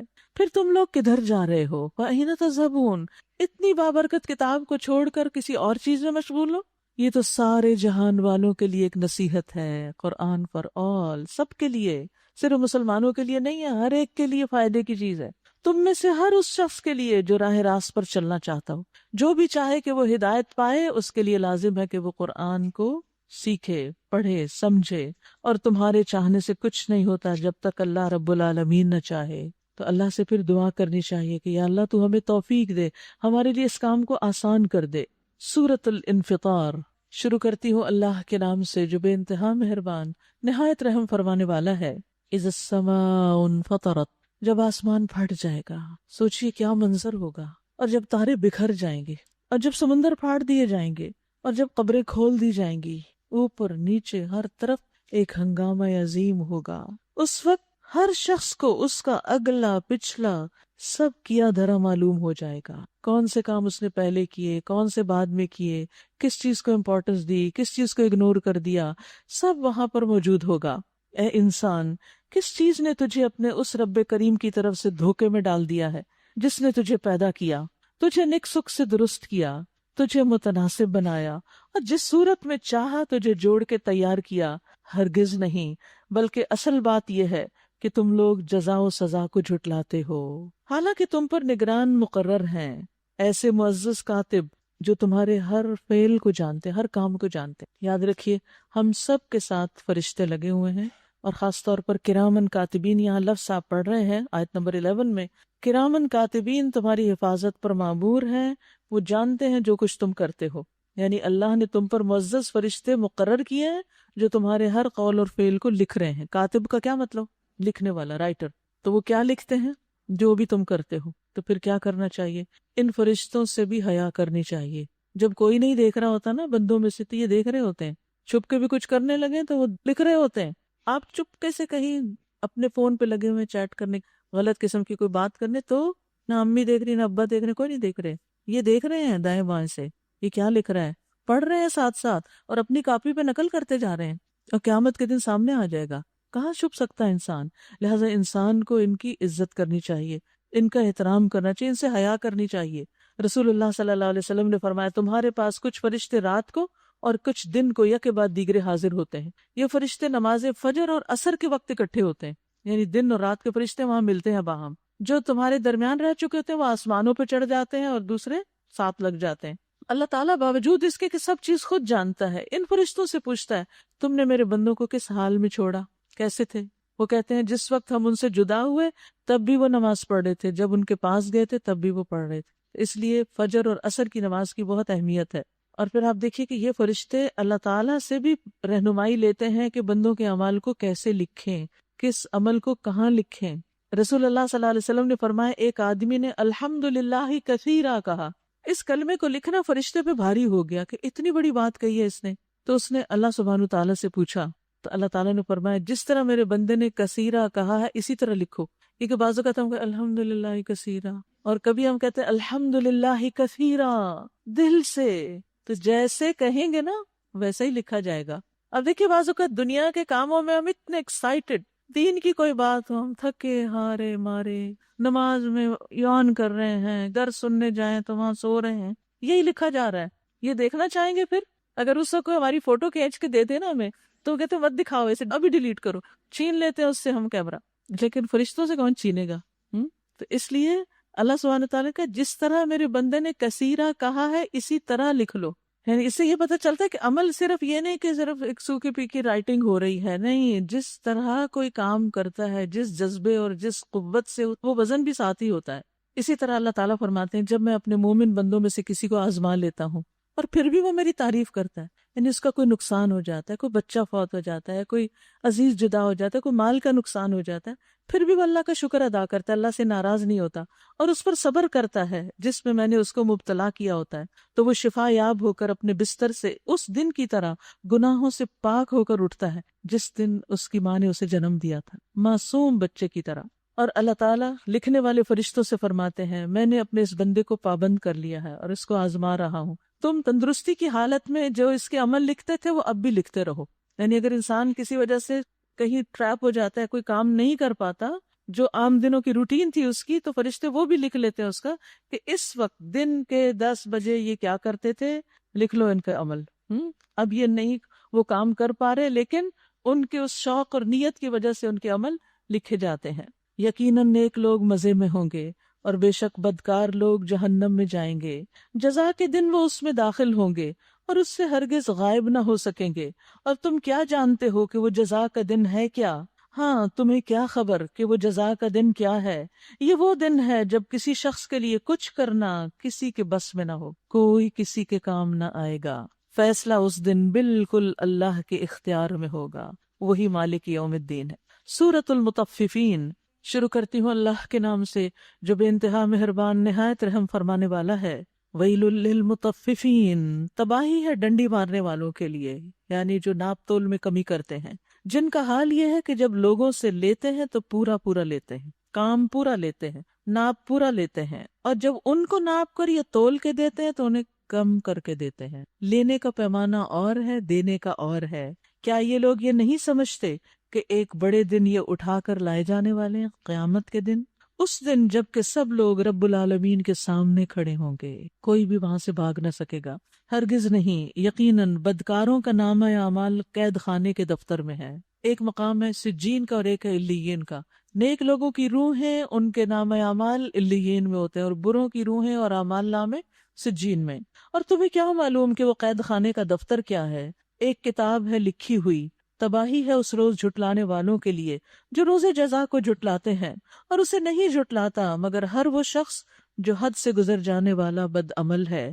اسے جب ہماری آیات سنائی جاتی ہیں تو کہتا ہے یہ تو اگلے وقتوں کی کہانیاں ہیں۔ ہرگز نہیں، بلکہ دراصل ان لوگوں کے دلوں پر ان کے برے اعمال کا زنگ چڑھ گیا ہے۔ ہرگز نہیں، بالیقین اس روز یہ اپنے رب کی دید سے محروم رکھے جائیں گے، پھر یہ جہنم میں جا پڑیں گے۔ پھر ان سے کہا جائے گا کہ یہ وہی چیز ہے جسے تم جھٹلایا کرتے تھے۔ ہرگز نہیں، بے شک نیک آدمیوں کا نامہ اعمال بلند پایا لوگوں کے دفتر میں ہے۔ اور تمہیں کیا خبر کہ کیا ہے وہ بلند پایا لوگوں کا دفتر؟ ایک لکھی ہوئی کتاب جس کی نگہداشت مقرب فرشتے کرتے ہیں، واچ کرتے رہتے ہیں۔ اعمال نامہ اوپر جا رہا ہے، نیچے جا رہا ہے، عمل زیادہ ہو رہے ہیں، کم ہو رہے ہیں۔ بے شک نیک لوگ بڑے مزے میں ہوں گے، اونچی مسندوں پر بیٹھے نظارے کر رہے ہوں گے، ان کے چہروں پر تم خوشحالی کی رونق محسوس کرو گے۔ ان کو نفیس ترین سربند شراب پلائی جائے گی جس پر مشک یعنی مسک کی مہر لگی ہوگی۔ جو لوگ دوسروں پر بازی لے جانا چاہتے ہیں، یعنی دوسروں سے آگے نکلنا چاہتے ہیں، دوسروں سے کمپٹیشن کرنا چاہتے ہیں، وہ اس چیز کو حاصل کرنے میں بازی لے جائیں، اس چیز میں آگے نکلیں، یعنی اچھے کام کر کے اس دن بلند مقام پر پہنچیں۔ اس شراب میں تسنیم کی آمیزش ہوگی، یہ ایک چشمہ ہے جس کے پانی کے ساتھ مقرب لوگ شراب پیئیں گے۔ مجرم لوگ دنیا میں ایمان لانے والوں کا مذاق اڑاتے تھے، جب ان کے پاس سے گزرتے تو آنکھیں مار مار کے ان کی طرف اشارے کرتے تھے، یعنی ان کے نیک اعمال کا مذاق اڑاتے۔ اپنے گھروں کی طرف پلٹتے تو مزے لیتے ہوئے پلٹتے تھے، اور جب انہیں دیکھتے تو کہتے یہ بہکے ہوئے لوگ ہیں، حالانکہ وہ ان پر نگران بنا کر نہیں بھیجے گئے۔ آج ایمان لانے والے کفار پہ ہنس رہے ہیں، مسندوں پر بیٹھے ہوئے ان کا حال دیکھ رہے ہیں۔ مل گیا نا کفار کو ان کی حرکتوں کا بدلہ جو وہ کیا کرتے تھے۔ یاد رکھیے کہ یہاں جو بنیادی طور پر چیز بتائی گئی ہے وہ یہ ہے کہ انسان برے اعمال کیوں کرتا ہے، اور ایک خاص برائی کی طرف اشارہ ہے، اور وہ ہے ناپ تول میں کمی، یا پھر حقوق کی ادائیگی میں کمی بیشی، کہ انسان اپنا حق تو خوب مانگے، جیسے شوہر ہے مثلاً، لیکن بیوی کو حق دینے کو کوئی تیار نہ ہو، اس کی ذمہ داری لینے کو تیار نہ ہو۔ اسی طرح ماں باپ بچوں سے تو خوب حق مانگیں لیکن خود ان کی کوئی ذمہ داری ادا نہ کریں۔ اسی طرح ناپ اور تول کے معاملے میں بھی تو یہ کیوں ہوتا ہے؟ یہ اس وجہ سے کہ انسان کے دل پر گناہوں کی میل لگ جاتی ہے، گناہ دل پہ چھا جاتے ہیں۔ حقیقت یہ ہے کہ انسان جب گناہ کرتا ہے تو دل پہ ایک سیاہ نقطہ لگتا ہے، اور جب وہ کرتا چلا جاتا ہے تو وہ پھیلتا جاتا ہے۔ بکر بن عبداللہ کہتے ہیں بندہ جب گناہ کرتا ہے تو اس کے دل میں سوئی کے چبونے کے برابر سوراخ ہوتا ہے، چھوٹی سی پرک ہوتی۔ جب وہ دوسری دفعہ گناہ کرتا ہے تو سوراخ بڑا ہو جاتا ہے، جب اور کرتا ہے تو موٹی چھلنی کی طرح ہو جاتا ہے، حتیٰ کہ پھر کوئی بھی نیکی اس کے اندر رہتی نہیں، سب نکل جاتی، پھر وہ نیکی پر استقامت اختیار نہیں کر سکتا۔ جو بھی کوئی چھوٹی موٹی نیکی کرتا ہے وہ سب بہتی چلی جاتی ہے۔ تو اس کا حل کیا ہے؟ توبہ استغفار، کیونکہ توبہ کرنے سے دل چمک اٹھتا ہے، اور رمضان اور شب قدر بہترین موقع ہے اللہ کی طرف رجوع کرنے کا۔ سورۃ الانشقاق نہایت رحم فرمانے والا ہے جب آسمان پھٹ جائے گا اور اپنے رب کے فرمان کی تعمیل کرے گا، اللہ کا حکم مانے گا۔ دیکھیے بار بار آسمان کے پھٹنے کا ذکر آ رہا ہے، اور یہ کوئی معمولی حادثہ نہیں ہوگا، اور اس کے لیے حق یہی ہے کہ اپنے رب کا حکم مانے۔ اور جب زمین پھیلا دی جائے گی اور جو کچھ اس کے اندر ہے اسے باہر نکال کے خالی ہو جائے گی، زمین فلیٹ کر دی جائے گی، اسٹریٹ سیدھی، اور اپنے رب کے حکم کی تعمیل کرے گی، اور اس کے لیے حق یہی ہے کہ اس کی تعمیل کرے۔ اے انسان، تو اپنے رب کی طرف چلا جا رہا ہے خوب محنت کر کے، یعنی کشاں محنت کرتے ہوئے، تکلیف اٹھاتے ہوئے، بالآخر تم جا واپس اپنے رب ہی کی طرف رہے ہو۔ فَمُلَاقِيهِ، اور اس سے ملنے والا ہے۔ دنیا میں انسان دنیا کے لیے جیے تو بھی مشقت کرنی پڑتی ہے، آخرت کے لیے جیے تب بھی محنت کرنی پڑتی ہے، تو ہر انسان کی محنت الگ ہے۔ لیکن بالآخر وہ ایک دن اپنے رب کے سامنے جا کھڑا ہوگا. پھر جس کا نامہ اعمال اس کے سیدھے ہاتھ میں دیا گیا اس سے ہلکا حساب لیا جائے گا، اور وہ اپنے گھر والوں کی طرف خوش خوش پلٹے گا. یعنی اعمال نامہ لے کے اپنے رشتہ داروں کی طرف خوشی سے دیکھے گا. جیسے آپ امیجن کریں کہ بعض اوقات جب کسی کو کوئی ڈگری ملتی ہے یا کوئی انعام ملتا ہے، کوئی خاص ایوارڈ ملتا ہے، تو وہ سب سے پہلے کس کی طرف جاتا ہے؟ اپنے گھر والوں سے شیئر کرتا ہے. قیامت کے دن بھی ایسا ہی کرے گا. وہ شخص جس کا نامہ اعمال اس کے پیٹھ پیچھے سے دیا جائے گا وہ موت کو پکارے گا اور بھڑکتی ہوئی آگ میں جا پڑے گا. وہ اپنے گھر والوں میں مگن تھا، یعنی دنیا میں وہ صرف اس کی دلچسپی اس کا گھر ہی تھی، دوسروں کی اس کو کوئی خیر خبر نہیں تھی. اس نے سمجھا تھا کہ اسے کبھی نہیں پلٹنا کیسے نہ تھا، اس کا رب اس کے کرتوت دیکھ رہا تھا. اب آپ دیکھیے، دائیں ہاتھ والے اور بائیں ہاتھ والے دونوں کے گھر کا ذکر کیا گیا ہے. دائیں ہاتھ والے وَيَنْقَلِبُ إِلَىٰ أَهْلِهِ مَسْرُورًا، اور یہ کون ہے؟ جو دنیا میں اللہ سے ڈرتے ہوئے زندگی بسر کر رہا تھا. اور دوسری طرف وہ جو دنیا میں بہت خوش تھا، كَانَ فِي أَهْلِهِ مَسْرُورًا، وہ آج پریشانی میں مبتلا ہے. تو پہلا شخص گھر والوں میں رہتے ہوئے اپنی آخرت کے بارے میں فکر کرتا تھا، صبح شام اپنے نفس کا محاسبہ کرتا تھا کہ کیا کر رہا ہے، اور گھر والوں کی بدمزگیاں بھی سہتا تھا. کیونکہ ہوتا یہ ہے کہ جب گھر والے کسی اور طرف جا رہے اور آپ کسی اور طرف جا رہے ہو تو لا محالہ کچھ نہ کچھ کلیشز ہوتے ہیں. تو اس میں انسان پھر صبر کر جاتا ہے کہ میں تو دین پڑھ رہا ہوں، میں تو نیک بننے کی کوشش کر رہا ہوں، میرا اخلاق بھی اچھا ہونا چاہیے. تو اس پر بھی صبر کر رہا تھا. یا پھر یہ کہ دنیا میں حالات تنگ تھے، کسی بھی وجہ سے مشکل سے گزارا کر رہا تھا کہیں، وہ بھی صبر سے اس نے وقت گزارا. مخالفتوں کا شر بھی تھا، گھر کے اندر اور باہر بھی لوگ اس کے پیچھے پڑے ہوئے تھے کہ تم نے کیا راستہ اختیار کر لیا. تو ان سب چیزوں میں وہ فوکس تھا اپنی آخرت پر، اس لیے آخرت میں اس کو اس صبر کا بدلہ مل گیا. دوسرا جو دنیا میں عیش و عشرت کر رہا تھا لیکن آخرت کو بھولے ہوئے. یاد رکھیے، دنیا میں نعمتوں کا استعمال منع نہیں ہے جب تک انسان آخرت کو یاد رکھے. آخرت کو بھول کے صرف دنیا کا ہونا منع ہے. تو ایسی صورت میں وہ شخص تھوڑا سا عرصہ دنیا کا اس نے خوشی میں گزارا اور اس کے بدلے میں ایک لمبی مصیبت جھیلی. پس نہیں میں قسم کھاتا ہوں شفق کی اور رات کی، اور وہ جو کچھ سمیٹ لیتی ہے، اور چاند کی جب وہ ماہ کامل ہو جاتا ہے.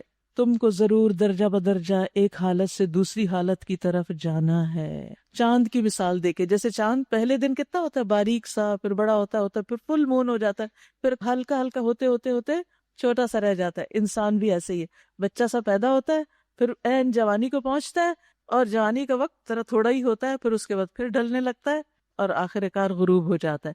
تو چاند کی مثال سے بھی آخرت کی یاد دلائی گئی، واپسی کا سفر یاد کرایا گیا.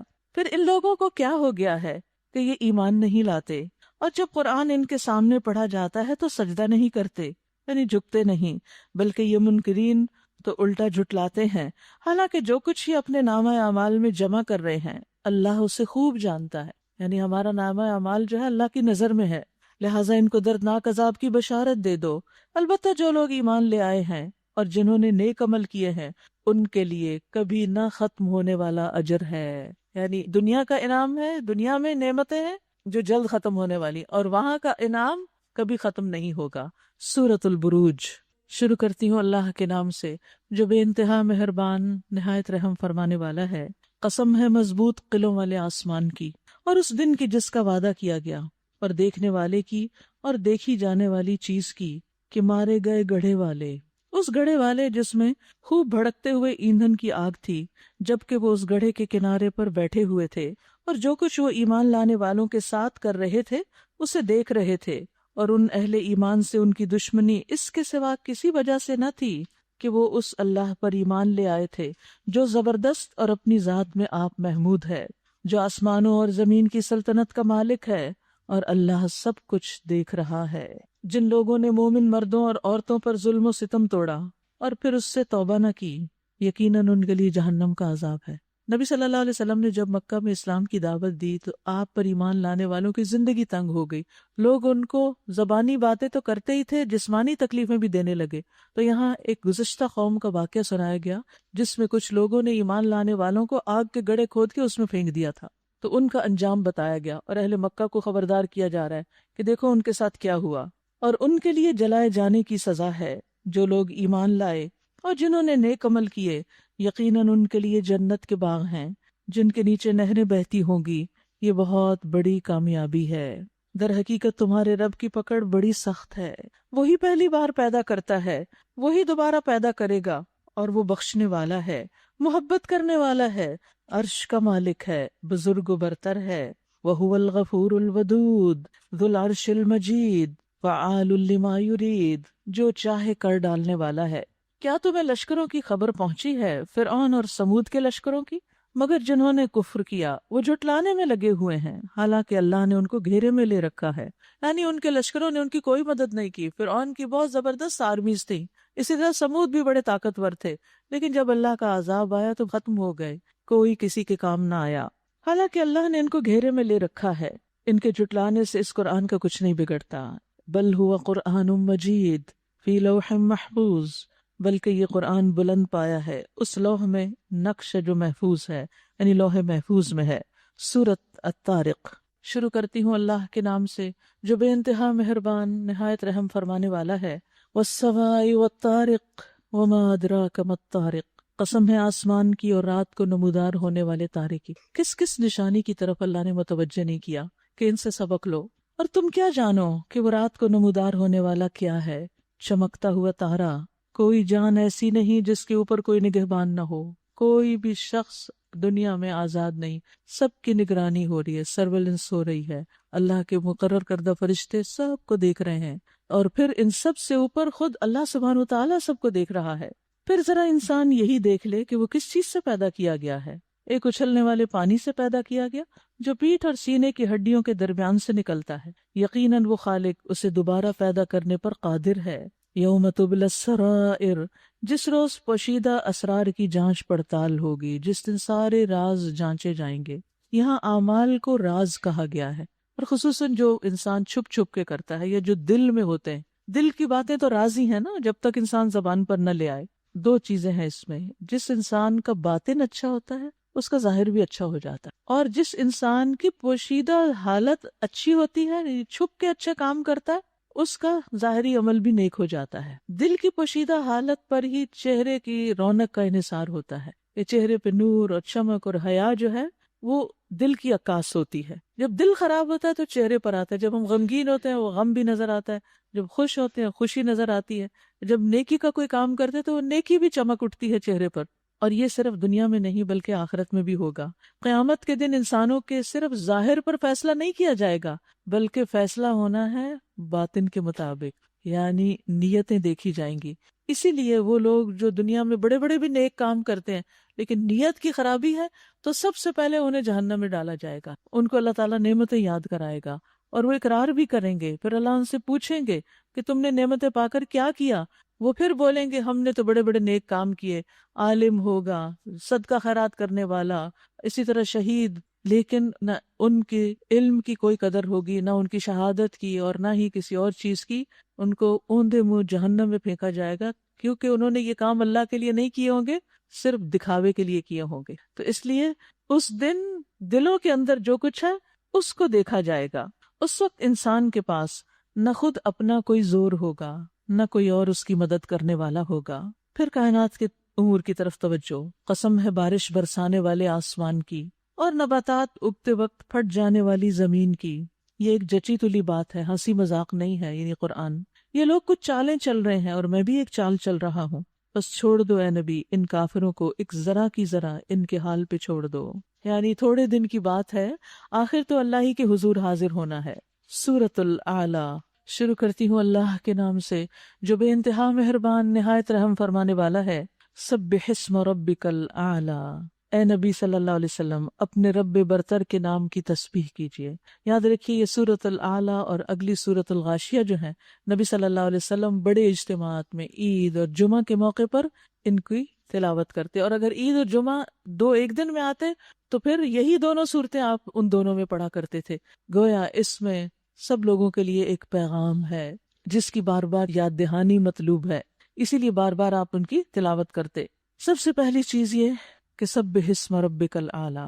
ابن عباس کہتے ہیں کہ نبی صلی اللہ علیہ وسلم جب اس آیت کی تلاوت کرتے تو فرماتے سبحان ربی الاعلیٰ، جس نے پیدا کیا، یعنی رب برتر جس نے پیدا کیا اور تناسب قائم کیا، جس نے تقدیر بنائی، پھر راہ دکھائی، جس نے نباتات اگائیں، پھر ان کو سیاہ کوڑا کرکٹ بنا دیا.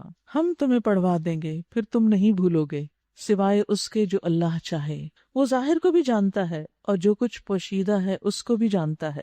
اور ہم تمہیں آسان طریقے کی سہولت دیتے ہیں لہٰذا تم نصیحت کرو اگر نصیحت فائدہ دے. یعنی ہر وقت نصیحت نہیں کرنی چاہیے، اس وقت کرنی چاہیے جب اس کا کوئی فائدہ بھی ہو، حکمت کے ساتھ. جو شخص ڈرتا ہے وہ نصیحت قبول کر لے گا، یعنی آپ فکر نہیں کریں، اور اس سے گریز کرے گا وہ انتہائی بدبخت جو بڑی آگ میں جائے گا، پھر نہ اس میں مرے گا نہ جیے گا. استغفر اللہ. اللہ ہم سب کو اس آگ سے محفوظ رکھے. قد افلح من تزکا وذکر اسم ربہ فصلی. یہ ہے اصل پیغام اور وہ نسخہ کہ جس پر کامیابی کا انحصار ہے. فلاح پا گیا وہ جس نے پاکیزگی اختیار کر لی اپنے عقیدے میں، اپنے خیالات میں، اپنی گفتگو میں، اپنے اخلاق اور اپنے اعمال میں، اور اپنے رب کا نام یاد کیا، یعنی کثرت سے رب کا ذکر کیا. فصلی، پھر نماز پڑھی. اب دیکھیے کہ یہاں سب سے پہلے تزکیہ، تزکیہ کا ذکر ہے، پاکیزگی کا، پھر اس کے بعد اللہ کی یاد کا، اور پھر نماز کا. یعنی جب انسان کو ظاہری اور باطنی پاکیزگی حاصل ہوتی ہے تو پھر اس کا دل اللہ کے ذکر کی طرف مائل ہو جاتا ہے، کیونکہ گناہ اندھیرا کر دیتے ہیں نا دل میں. تو جب انسان ان گناہوں کو استغفار سے ان کی نجاست کو دور کرتا ہے، دل پاک ہوتا ہے، نفس پاک ہوتا ہے، تو مزید ہدایت ملتی ہے. پھر انسان اللہ کی طرف راغب ہوتا ہے، اس کا ذکر کرتا ہے، اور نماز میں پھر خوب اس کا دل لگتا ہے. نماز اس کے لیے آسان ہو جاتی ہے، ورنہ تو نماز بڑی بھاری چیز ہے. تو کامیاب کون ہے؟ جو تین کام کرے، تزکیہ، ذکر اور نماز. لیکن تمہارا حال کیا؟ بل تؤثرون الحیات الدنیا، بلکہ تم دنیا کی زندگی کو ترجیح دیتے ہو. انسان کیوں نہیں نماز پڑھ پاتا؟ کیونکہ دنیا کے کاموں میں لگا رہتا ہے. مرد ہے تو اپنے بزنس میں، اپنی جاب میں، اور عورتیں ہیں تو اپنے کاموں میں، اپنے شغل میں، بچوں میں اور مصروفیات میں. والآخرۃ خیر وابقی، حالانکہ آخرت بہتر ہے اور باقی رہنے والی ہے. یہی بات پہلے آئے ہوئے صحیفوں میں بھی کہی گئی تھی. یعنی یہ تعلیم صرف نبی صلی اللہ علیہ وسلم کی امت کو نہیں دی جا رہی، بلکہ پچھلے انبیاء نے بھی اپنی امتوں کو یہی بات سکھائی. ابراہیم اور موسیٰ علیہ السلام کے صحیفوں میں، یعنی ان کو بھی وحی کے ذریعے یہی بتایا گیا کہ کامیابی کس چیز میں ہے. کامیابی کے لیے تین کون سے کام کرنا لازم ہے؟ جی، تزکیہ، ذکر اور صلاۃ. سورۃ الغاشیہ. شروع کرتی ہوں اللہ کے نام سے جو بے انتہا مہربان نہایت رحم فرمانے والا ہے. هل اتاک حدیث الغاشیہ، کیا تمہیں اس چھا جانے والی آفت کی خبر پہنچی ہے؟ یعنی قیامت کی خبر. تمہیں معلوم ہے کہ وہ دن بھی آنے والا ہے. کچھ چہرے اس روز خوف زدہ ہوں گے، سخت مشقت کر رہے ہوں گے، تھکے جاتے ہوں گے، شدید آگ میں جھلس رہے ہوں گے. کھولتے ہوئے چشمے کا پانی انہیں پینے کو دیا جائے گا.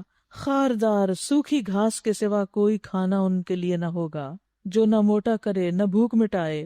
کچھ چہرے اس روز بارونق ہوں گے، اپنی کارگزاری پہ خوش ہوں گے، عالی مقام جنت میں ہوں گے. کوئی بےہودہ بات وہاں نہ سنیں گے. اس میں چشمے رواں ہوں گے، اس کے اندر اونچی مسندیں ہوں گی، ساغر رکھے ہوئے ہوں گے، گاؤ تکیوں کی قطاریں لگی ہوں گی، اور نفیس فرش بچھے ہوئے ہوں گے. یہ لوگ نہیں مانتے تو کیا یہ اونٹوں کو نہیں دیکھتے؟ پھر کائنات کی نشانیوں کی طرف متوجہ کیا گیا کہ ان سے سبق لو. کیا یہ اونٹوں کو نہیں دیکھتے کیسے بنائے گئے؟ کہتے نا اونٹ نے اونٹ تیری کون سی کل سیدھی. یعنی کس طرح کا جانور اللہ نے بنایا، کیا شان ہے اس کی. آسمان کو نہیں دیکھتے کیسے اوپر اٹھایا گیا اتنا اونچا. دنیا میں آپ دیکھیے ایک عمارت ایوریج چھت جو ہوتی ہے اس کے لیے تعمیر اور طرح ہوتی ہے، اور جب بڑے بڑے ڈومز بنائے جاتے ہیں اور اونچی چھتیں ہوتی ہیں مشکل بنائی جاتی ہے. اور یہ چھت آسمان تو بہت ہی اونچا ہے، یہ کس نے بنایا؟ پہاڑوں کو نہیں دیکھتے کہ کیسے جما دیے گئے، اور زمین کو نہیں دیکھتے کیسے بچھا دی گئی، انسان آرام سے اس میں چلتا پھرتا ہے. اچھا تو اے نبی نصیحت کیے جائیے، آپ بس نصیحت ہی کرنے والے ہیں، کچھ ان پہ جبر کرنے والے نہیں. یعنی میسج کنوے کرنے والے کا کام کیا کہ بس پیغام دے دے، پیچھے نہ پڑے لوگوں کے.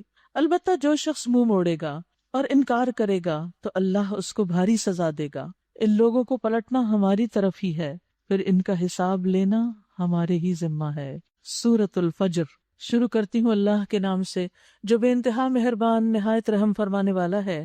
قسم ہے فجر کی اور 10 راتوں کی. یہ کون سی 10 راتیں ہیں؟ ان کے بارے میں کہا جاتا ہے یا تو عشر ذی الحج ہیں یا پھر یہی رمضان کی آخری 10 راتیں.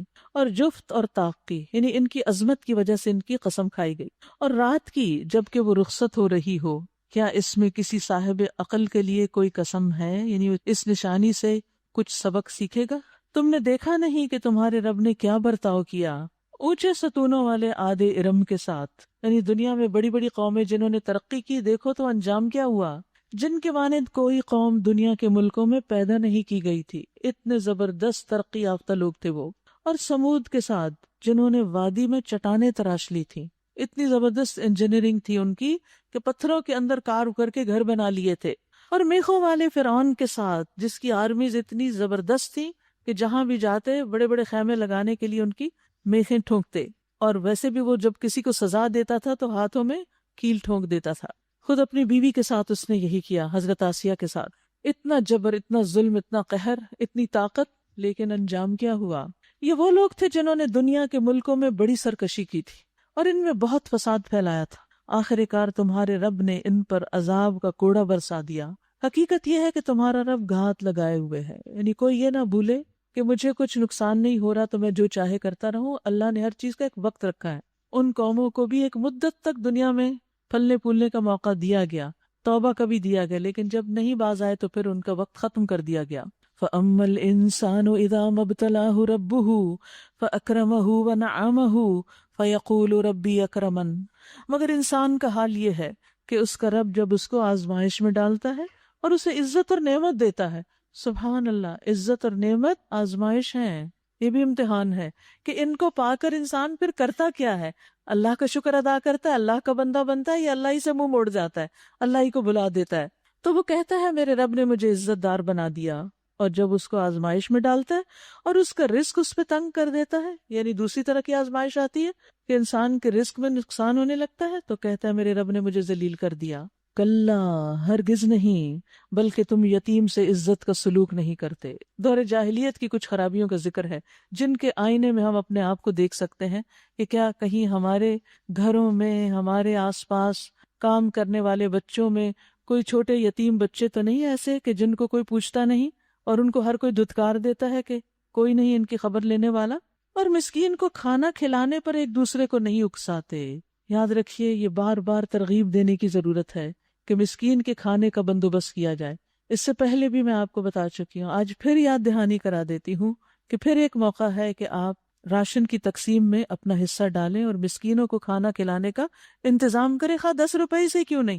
ہر ایک کی حیثیت نہیں ہو سکتی کہ وہ کئی پیکس اور کئی بیگز ہیں وہ بانٹے، لیکن کچھ تو ہم بھی حصہ ڈالیں ہی، کیونکہ یہاں پر ترغیب نہ دینے پہ پوچھ ہے، اور جن کے سامنے مسکین اور ضرورت مند ہو اور وہ ان کا خیال نہ رکھیں تو ان کی پوچھ کتنی بڑی ہوگی۔ اور میراث کا سارا مال سمیٹ کے کھا جاتے ہو، یعنی یہ ایک اور ظلم تھا ان کے ہاں، نہ عورت کو وراثت میں حصہ دیتے اور نہ چھوٹے بچوں یتیموں کو دیتے۔ جو بڑے بڑے خاندان کے لوگ ہوتے وہی سب کچھ سمیٹ کے لے جاتے، اور مال کی محبت میں بری طرح گرفتار ہو، ہرگز نہیں، جب زمین پے در پے کوٹ کوٹ کے ریگزار بنا دی جائے گی اور تمہارا رب جلوہ فرما ہوگا اس حال میں کہ فرشتے صف در صف کھڑے ہوں گے، اور جہنم اس روز سامنے لے آئی جائے گی۔ اس دن انسان کو سمجھ آ جائے گی، اور اس وقت اس کے سمجھنے کا کیا حاصل؟ وہ کہے گا کاش میں نے اپنی زندگی کے لیے کچھ پیشگی سامان کیا ہوتا، کاش میں نے دنیا میں اس دن کے لیے کچھ تیاری کی ہوتی۔ پھر اس دن اللہ جو عذاب دے گا ویسا عذاب دینے والا کوئی نہ ہوگا، اور جیسا وہ باندھے گا ویسا باندھنے والا کوئی نہ ہوگا۔ یا ایتھا النفس المطمئنہ، دوسری طرف ارشاد ہوگا اے نفس مطمئنہ، یہ موت کے وقت صدا آئے گی، چل اپنے رب کی طرف، اس حال میں کہ تو اپنے انجام سے خوش اور اپنے رب کے نزدیک پسندیدہ ہے، تیرا رب تجھ سے محبت کرتا ہے، راضی ہے تجھ سے، شامل ہو جا میرے نیک بندوں میں اور داخل ہو جا میری جنت میں۔ اللہ کرے ہم سب کو بھی موت کے وقت یہی صدا آئے۔ سورۃ البلد، شروع کرتی ہوں اللہ کے نام سے جو بے انتہا مہربان نہایت رحم فرمانے والا ہے۔ نہیں، میں قسم کھاتا ہوں اس شہر کی، شہر مکہ کی، اور حال یہ ہے کہ اے نبی اس شہر میں آپ کو حلال کر لیا گیا ہے، یعنی جس میں جانوروں کی بھی حرمت ہے، پودوں کو بھی کاٹنے سے منع کیا گیا ہے، وہاں آپ کو اور آپ کے ساتھیوں کو ستایا جا رہا ہے۔ اور قسم کھاتا ہوں باپ کی اور اس کی اولاد کی جو اس سے پیدا ہوئی، یعنی آدم علیہ السلام اور ان کی اولاد، در حقیقت ہم نے انسان کو مشقت میں پیدا کیا ہے، یعنی انسان دنیا میں کچھ کرنے کے لیے آیا ہے۔ اس کی ولادت کا مرحلہ، پیدائش کا مرحلہ، کتنی مشکل سے ماں کے پیٹ سے باہر آتا ہے اور پھر کتنی مشکل سے پلتا ہے، اور زندگی کے ہر مرحلے پر اس کو مشکلات کا سامنا ہوتا ہے. یہی زندگی ہے. کیا اس نے یہ سمجھ رکھا ہے کہ اس پر کوئی قابو نہیں پا سکے گا؟ کہتا ہے میں نے ڈھیروں مال اڑا دیا، یعنی اپنے مال خرچ کرنے پر اس کو بہت فخر ہے. یاد رکھیے، بے فائدہ خرچ کرنا، فضول خرچ کرنا، اس کی ہمارے دین میں مذمت کی گئی ہے.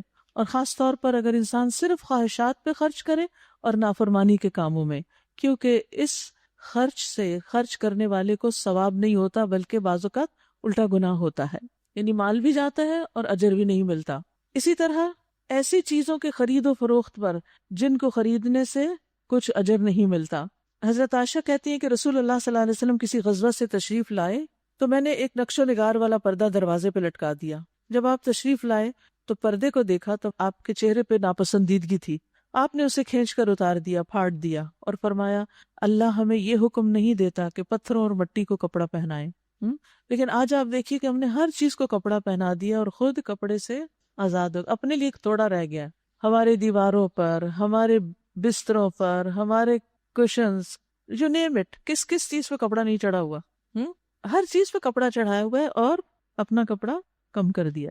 تو یاد رکھیے نبی صلی اللہ علیہ وسلم نے فرمایا مسلمان کو ہر اس چیز پر ثواب ملتا ہے جس پر بھی وہ خرچ کرتا ہے، یعنی جہاں بھی یو اسپینڈ یو گین اجر، مگر بے جا تعمیر میں خرچ کا ثواب نہیں ملتا، یعنی بیکار چیزیں بنانے کا ثواب نہیں ملتا.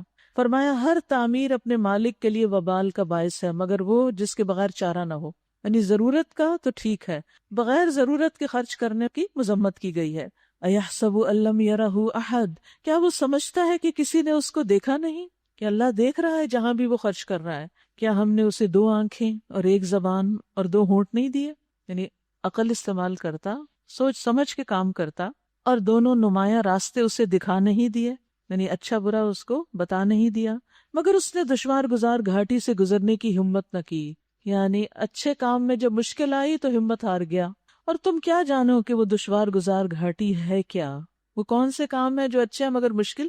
کسی گردن کو غلامی سے چھڑانا کیونکہ اس پہ مال خرچ ہوتا ہے، جیسے قیدیوں کو آزاد کرانا، یا کسی کا گردن قرض سے چھڑانا، یا فاقے کے دن کسی قریبی یتیم یا خاک نشین مسکین کو کھانا کھلانا. جب انسان کے پاس اپنا ہی نہ پورا ہو وہ دوسرے کی بھی فکر میں پڑ جائے کہ بڑا مشکل کام ہے. حدیث میں آتا ہے افضل عمل مومن کو خوشی دینا ہے، تو تم اس کے سطر کو ڈھانپ دیں، اس کو کپڑا پہناؤ یا اس کی بھوک ختم کرو یا اس کی ضرورت پوری کر دو. اور پھر خاص طور پر یہاں پر آپ دیکھیں یتیمن ذا مقربہ، قریبی رشتہ دار جو یتیم ہو اس کو کھانا کھلانا وہ زیادہ افضل ہے بنسبت دوسروں کے. اور اس کے علاوہ بھی رشتہ دار کو دینا دوہرے اجر کا باعث ہے، صلہ رحمی بھی اور صدقے کا اجر بھی. اسی طرح اپنے گھر والوں پہ خرچ کرنا اور خصوصاً دشمنی رکھنے والے رشتہ دار کو دینا یہ افضل صدقہ ہے. اس کو کیوں دینا؟ کیونکہ اس کو دینے کو دل نہیں چاہتا نا، بالکل نفس نہیں مانتا کہ جو ہمارے ساتھ زیادتی کرے ہم اس کو دیں، نہیں اس کو نہیں دینا. اسی لیے آپ دیکھیں نا کہ ہسبینڈ وائف کے درمیان عموماً جھگڑے کیا ہوتے ہیں، جب سسرال سے نہیں بنتی اور ہسبینڈ اپنے بہن بھائیوں پہ خرچ کرنے جاتا ہے تو پھر شامت آ جاتی ہے. تو اس میں دل بڑا رکھا کریں کیونکہ یہ آپ کے لیے مشکل چیز ہے. حالانکہ مال آپ کا نہیں، آپ کا تو صرف مشورہ ہے، لیکن اس پہ بھی اگر آپ اچھی سفارش کریں گے تو کیا ہوگا؟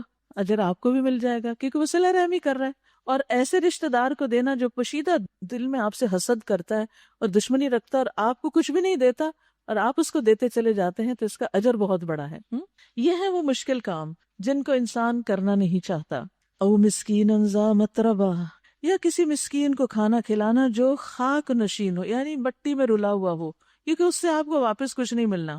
ثم كان من الذين آمنوا وتواصوا بالصبر وتواصوا بالمرحمہ، پھر آدمی ان لوگوں میں شامل ہو جو ایمان لائے اور جنہوں نے ایک دوسرے کو صبر اور خلق خدا پہ رحم کی تلقین کی. یعنی کان من الذین آمنوا وتواصوا بالصبر وتواصوا بالمرحمہ، یعنی انسان ایسے لوگوں میں شامل ہو جائے، ایسے لوگوں کے ساتھ رہے جو ایمان لا کر صبر اور رحم کی تلقین کرتے ہیں ایک دوسرے کو. یعنی انسان کی کمپنی کیسی ہونی چاہیے، کن لوگوں سے دوستی ہونی چاہیے، اس کو معیار بتا دیا گیا کہ جو خود بھی صبر کرتے ہیں اور دوسروں کو بھی صبر کی تلقین کرتے ہیں. یعنی آپ کی زندگی میں کوئی تکلیف کا وقت آتا ہے تو وہ آپ کی مدد کرتے ہیں، آپ کا دل بڑھاتے ہیں، آپ کا حوصلہ بڑھاتے ہیں. اور اسی طرح ایسے کاموں کی ترغیب دیتے ہیں جس میں مظلوم، بے کس، بے سہارا، تکلیف میں مبتلا، بیماری میں مبتلا لوگوں کی مدد کی بات ہوتی ہے. یعنی انسان کو اجتماعی طور پر یہ کام کرنے چاہیے. یہ ہے مشکل کام نا، کیونکہ انسان اپنے طور پر اکیلے اکیلے کچھ جب دل چاہے کر ہی لیتا ہے، لیکن ایسے لوگوں کے ساتھ مل کے کرنا وہ ایک مشکل کام ہوتا ہے، کیونکہ یاد رکھیے ٹیم ورک ہمیشہ جہاں آسانی ہوتی ہے وہ مشکل بھی ہے. جیسے کمبائنڈ فیملی سسٹم جو ہوتا ہے اس میں کچھ آسانیاں بھی ہوتی ہیں لیکن ہوتا مشکل ہی ہے. کسی نہ کسی طرح کوئی نہ کوئی مشکل ہوتی، کیونکہ انسانوں کے ساتھ کچھ ضروری نہیں ہوتا کہ سب کے ساتھ مزاج ملتے ہوں اور سب ہماری مرضی کے مطابق رہیں. تو اس لیے پھر انسان کچھ نہ کچھ اونچ نیچ اس کے زبان پہ نہ ہو تو دل میں ہی لگی رہتی، یہ کیوں کیا، وہ کیوں ہو گیا، ایسا کیوں ہو گیا. لیکن پھر بھی اس میں برکت ہوتی ہے، اس میں خیر ہوتی ہے، کیونکہ مل کے انسان جو کچھ کر سکتا ہے وہ اکیلے اکیلے نہیں کر سکتا. حدیث میں آتا ہے ید اللہ فوق الجماع، اللہ کا ہاتھ ہوتا ہے جماعت پر. یعنی جب لوگ مل کے کچھ کرتے ہیں، چاہے نماز ہی اکٹھی پڑھ رہے ہوں یا دین ہی اکٹھے سیکھ رہے ہوں یا کوئی خیر کے منصوبے مل کے بنا رہے ہوں، تو وہ آسانی ہو جاتی. کیونکہ انسان ذرا سلیک آف ہونے لگتا ہے تو دوسرا پکڑ لیتا ہے، کوئی ذرا گھبرانے لگتا ہے تو اس کو صبر کرنے کے لیے کہتا ہے، تو اس طرح نیکی آسان ہو جاتی ہے. اولئک اصحاب المیمنہ، یہ لوگ ہیں دائیں بازو والے، اور جنہوں نے ہماری آیات کو ماننے سے انکار کیا وہ بائیں بازو والے ہیں، ان پر آگ چھائی ہوئی ہوگی. اللہ ہمیں اس سے محفوظ رکھے. سورۃ الشمس. شروع کرتی ہوں اللہ کے نام سے جو بے انتہا مہربان نہایت رحم فرمانے والا ہے. سورۃ الشمس جو ہے وہ عام طور پہ نمازوں میں پڑھی جاتی ہے. نبی صلی اللہ علیہ وسلم نے حضرت معاذ سے فرمایا تھا، اے معاذ جب تم لوگوں کو امامت کراؤ تو والشمس وضحاہا، سبح اسم ربک الاعلی، اقرأ باسم ربک اور واللیل اذا یغشی جیسی صورتیں پڑھا کرو. قسم ہے سورج کی اور اس کی دھوپ کی اور چاند کی قسم جبکہ وہ اس کے پیچھے آتا ہے یعنی رات کو، اور دن کی قسم جبکہ وہ سورج کو نمایاں کر دیتا ہے. یہ بھی بڑی بڑی نشانیاں ہیں، ہم کیوں نہیں ان سے کوئی سبق لیتے، کیونکہ روز ہی دیکھتے ہیں. اور رات کی جبکہ وہ سورج کو ڈھانک لیتی ہے، کس وسیع پیمانے پر تیز روشنی کو چھپا لیتی ہے. اور آسمان کی اور اس ذات کی قسم جس نے اسے قائم کیا، کون ہے وہ؟ اللہ. اور زمین کی اور اس ذات کی قسم جس نے اسے بچھایا، اور نفس انسانی کی اور اس ذات کی قسم جس نے اسے ہموار کیا، پھر اس کی بدی اور اس کی پرہیزگاری اس پر الہام کر دی. یقیناً فلاح پا گیا وہ جس نے نفس کا تزکیہ کیا، اور نامراد ہوا وہ جس نے اس کو دبا دیا. تو یاد رکھیے انسان کو جہاں بیرونی ہدایت دی گئی کتاب اور سنت کے ذریعے، وہاں اللہ تعالیٰ ہر انسان کے اندر نیکی اور بدی کی پہچان ڈالتا ہے، کیا اچھا ہے کیا اچھا نہیں ہے. یعنی خیر اور شر کا الہام ہر دل پر ہوتا ہے.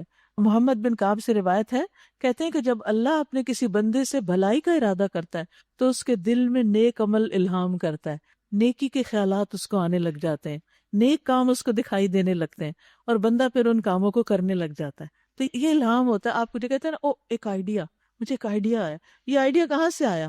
اللہ نے آپ کے دل میں ڈالا. اور جب اللہ کسی بندے کے ساتھ برائی کا ارادہ کرتا ہے تو اس کے دل میں شر کا الہام کرتا ہے اور پھر وہ اس پر عمل کرتا ہے. اور وہ کیا ہوتا ہے؟ انسان نیکی کے کاموں میں پیچھے رہنے لگتا ہے، یہ نیکی کے کام سے اس کو دلچسپی نہیں رہتی. تو اس سے ڈرنا چاہیے اور استغفار کرنی چاہیے. سمود نے اپنی سرکشی کی بنا پہ جھٹلایا. جب اس قوم کا سب سے شقی بدبخت آدمی بپھر کر اٹھا تو اللہ کے رسول نے ان لوگوں سے کہا، خبردار اللہ کی اونٹنی کو ہاتھ نہ لگانا اور اس کے پانی پینے میں مانے نہ ہونا. مگر انہوں نے اس کی بات کو جھوٹا قرار دیا اور اونٹنی کو مار ڈالا. آخر کار ان کے گناہ کی پاداش میں ان کے رب نے ان پہ ایسی آفت توڑی کہ ایک ساتھ سب کو پیوند خاک کر دیا. پوری قوم ملیا میٹ کر دی گئی اور اسے اپنے اس فعل کے کسی برے نتیجے کا کوئی خوف نہیں. یعنی اللہ کا کوئی کچھ بھی نہیں بگاڑ سکتا. سورۃ اللیل. شروع کرتی ہوں اللہ کے نام سے جو بے انتہا مہربان نہایت رحم فرمانے والا ہے. واللیل اذا یغشا والنہار اذا تجلی وما خلق الذکر والانثی. قسم ہے رات کی جب کہ وہ چھا جائے اور دن کی جب کہ وہ روشن ہو. دو مختلف نشانیاں، ایک اندھیری اور ایک روشن. اور اس ذات کی جس نے نر اور مادہ کو پیدا کیا، مرد اور عورت دونوں الگ الگ نشانی. ان سے انسان کو سبق کیا دیا جا رہا ہے، کیا سوچنے کو کہا جا رہا ہے؟ در حقیقت تم لوگوں کی کوششیں مختلف قسم کی ہوتی ہیں، یعنی ہر ایک کی ایفرٹ مختلف طریقے کی ہے. فَأَمَّا مَنْ أَعْطَى وَاتَّقَى، تو جس نے مال دیا، آتا عطا کیا یعنی اللہ کے راستے میں، وَاتَّقَى اور گناہوں سے بچا، وَصَدَّقَ بِالْحُسْنَى اور بھلائی کو سچ مانا، نیکی کی تصدیق کی، فَسَنُيَسِّرُهُ لِلْيُسْرَى اس کو ہم آسان راستے کی سہولت دیں گے. یعنی جب انسان اللہ کے راستے میں کچھ دیتا ہے، گناہوں سے بچتا ہے، نیکی کے کاموں کو سچ مانتا ہے، یعنی پھر کرنے بھی لگتا ہے، تصدیق ہوتی ہے عمل سے، تو پھر اس کا نتیجہ کیا ہوتا ہے؟ اللہ تعالیٰ اس کو مزید نیکی کی توفیق دیتا ہے۔ یاد رکھیے، ایک نیکی سے اگلی نیکی جنم لیتی ہے، اور یہ نیکی کی قبولیت کی علامت ہوتی ہے۔ یعنی نیکی کے اجر میں سے ہے کہ ایک نیکی کے بعد ایک اور نیکی کی اسے توفیق ہو، فَسَنُيَسِّرُهُ لِلْيُسْرَى، یعنی نیکیاں اس کے لیے آسان کر دیتے ہیں ہم۔ اور برائی کی سزا میں سے ہے کہ ایک کے بعد ایک اور برا عمل انسان سے سرزد ہوتا ہے۔ وَأَمَّا مَن بَخِلَ وَاسْتَغْنَىٰ، اور جس نے بخل کیا اور بے نیازی برتی اللہ سے، اس کے دین سے، اور بھلائی کو جھٹلا دیا، اس کو ہم سخت راستے کی سہولت دیں گے، مشکل راستے کی، یعنی اس کے لیے پھر مشکلات آئیں گی، رکاوٹیں آئیں گی، اور اس کا مال آخر اس کے کس کام آئے گا جبکہ وہ خود ہلاک ہو گیا۔ مرنے کے بعد کسی کو اس کا مال فائدہ نہ دے گا سوائے اس کے جو اپنی زندگی میں وہ اپنے ہاتھ سے خرچ کر گیا، کسی کو دے گیا۔ ان علینا للہدیٰ، بے شک راستہ بتانا ہمارے ذمہ ہے، اور در حقیقت آخرت اور دنیا دونوں کے ہم ہی مالک ہیں۔ بس میں نے تم کو خبردار کر دیا بھڑکتی ہوئی آگ سے، اس میں نہیں جھلسے گا مگر وہ انتہائی بدبخت جس نے جھٹلایا اور منہ پھیرا، اور اس سے دور رکھا جائے گا۔ کون ہے خوش قسمت جسے آگ سے دور رکھا جائے گا؟ وہ نہایت پرہیزگار جو پاکیزہ ہونے کے لیے اپنا مال دیتا ہے، تزکیہ کے لیے صدقہ کرتا ہے۔ گناہوں کی آگ خفیہ صدقے سے بجھتی ہے، لہٰذا وہ صدقہ کرتا ہے۔ اس پر کسی کا کوئی احسان نہیں ہے جس کا بدلہ اسے دینا ہو، یعنی بدلے میں خرچ نہیں کرتا۔ عام طور پر ہم لوگوں کو کب دیتے ہیں؟ جب وہ ہمیں کچھ دیتے ہیں، جب وہ ہمیں کچھ دیتے ہیں تو ہم بھی انہیں کچھ دیتے ہیں۔ دینے میں کبھی وہ ہمیں کوئی سروس دیتے ہیں اور بدلے میں ہم اس کی پیمنٹ اس کو کرتے ہیں، کبھی وہ ہمیں کوئی گفٹ دیتے ہیں تو ہم بدلے میں اس کو دے رہے ہوتے ہیں، کبھی کوئی ہمارے ساتھ کچھ احسان کرتا ہے تو ہم اس کے بدلے کے طور پر اس کے ساتھ کوئی احسان کر دیتے ہیں۔ لیکن یہ شخص، یہ متقی شخص کس کے ساتھ احسان کرتا ہے؟ اس کے ساتھ جس نے اس کے ساتھ کوئی بھی احسان نہ کیا ہو۔ یہ اس کو دیتا ہے جہاں سے ملنے کی کوئی توقع نہیں، بدلہ ذہن میں رکھ کے نہیں دیتا، صرف اللہ کی رضا کے لیے دیتا ہے۔ وہ تو صرف اپنے رب برتر کی رضا جوئی کے لیے یہ کام کرتا ہے۔ وَلَسَوْفَ يَرْضَىٰ، اور وہ ضرور اس سے راضی ہو جائے گا، یعنی وہ خالصتاً۔ یہ دیکھیے جو آیت ہے نا، إِلَّا ابْتِغَاءَ وَجْهِ رَبِّهِ الْأَعْلَىٰ، مگر اپنے رب اعلیٰ بلند رب کے چہرے کی طلب میں، یعنی اس کا دیدار کرنا چاہتا ہے، اس لیے وہ مال خرچ کر رہا ہے۔ اسے بندوں سے کچھ نہیں چاہیے، یعنی کسی کے ساتھ نیکی بدلے کے لیے نہیں بلکہ ابتدا کے طور پر۔ اور آپ صلی اللہ علیہ وسلم نے فرمایا، جو بھی تم عمل کرو گے اور اس سے مقصود اللہ کا چہرہ ہوگا تو تمہارا مقام اور مرتبہ اس وجہ سے بلند ہوتا رہے گا۔ حتیٰ کہ ایک شوہر اپنی بیوی کے منہ میں ایک لقمہ ڈالتا ہے اللہ کے چہرے کی خاطر تو اس پر بھی اس کو اجر ملتا ہے۔ یعنی ضروری نہیں کہ کوئی باہری انسان نیک کام کرے، گھر والوں سے جو حسن سلوک ہوتا ہے اس میں بھی انسان کو اللہ کی خاطر کرنا چاہیے۔ کرنے کے بعد احسان نہیں ہر وقت جتانے چاہیے، بچوں پر، شوہر پر، رشتہ داروں پر، میں نے یہ کیا، میں نے وہ کیا، اس طرح کی باتیں نہیں ہونی چاہیے، ان سے دل آزاری ہوتی ہے۔ گھر والوں سے بھی حسن سلوک کریں تو جزا کس سے چاہیں؟ اللہ سے۔ سورۃ الضحیٰ شروع کرتی ہوں اللہ کے نام سے جو بے انتہا مہربان نہایت رحم فرمانے والا ہے۔ قسم ہے روز روشن کی اور رات کی جب کہ وہ سکون کے ساتھ طاری ہو جائے۔ دو مختلف حالتیں ہیں، کبھی خوب روشنی اور کبھی اندھیرا، یہی زندگی ہے، کبھی اچھا دن اور کبھی تکلیف والا۔ تمہارے رب نے تمہیں ہرگز نہیں چھوڑا، نبی صلی اللہ علیہ وسلم کو تسلی دی جا رہی ہے جب وحی کا سلسلہ رک گیا تھا، اور نہ وہ ناراض ہوا ہے۔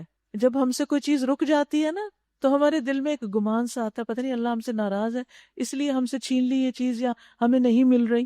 تو اللہ تعالیٰ تسلی دے رہے ہیں کہ وہ ناراض نہیں ہے، اور یقیناً تمہارے لیے بعد کا دور پہلے دور سے بہتر ہے، اور عنقریب تمہارا رب تمہیں اتنا دے گا کہ تم خوش ہو جاؤ گے۔ ہر انسان کو امید رکھنی چاہیے اور اللہ کی رضا کے لیے دوڑنا چاہیے، کبھی بھی اللہ سے مایوس نہ ہو، بدگمان نہ ہو۔ پھر اللہ تعالیٰ نعمتیں یاد کراتے ہیں، اپنے ماضی میں دیکھو کیا کچھ مل چکا تمہیں اللہ سے۔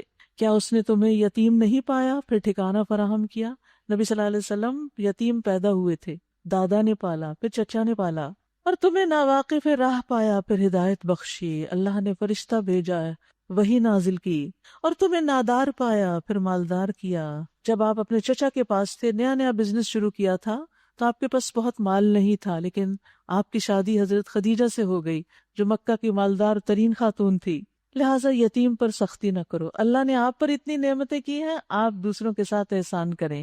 اور سائل کو نہ جھڑکو، سوالی کو ڈانٹو نہیں، اور اپنے رب کی عظمت کا اظہار کرو. یہ اچھے اچھے کام کرتے جاؤ، دن بدل جائیں گے، حالات اچھے ہو جائیں گے. سورۃ الشرح. شروع کرتی ہوں اللہ کے نام سے جو بے انتہا مہربان نہایت رحم فرمانے والا ہے. اے نبی، کیا ہم نے آپ کا سینہ آپ کے لیے کھول نہیں دیا؟ شرح صدر. اور تم سے وہ بھاری بوجھ اتار دیا جو تمہاری کمر توڑ رہا تھا، تمہاری خاطر تمہارے ذکر کا آوازہ بلند کر دیا.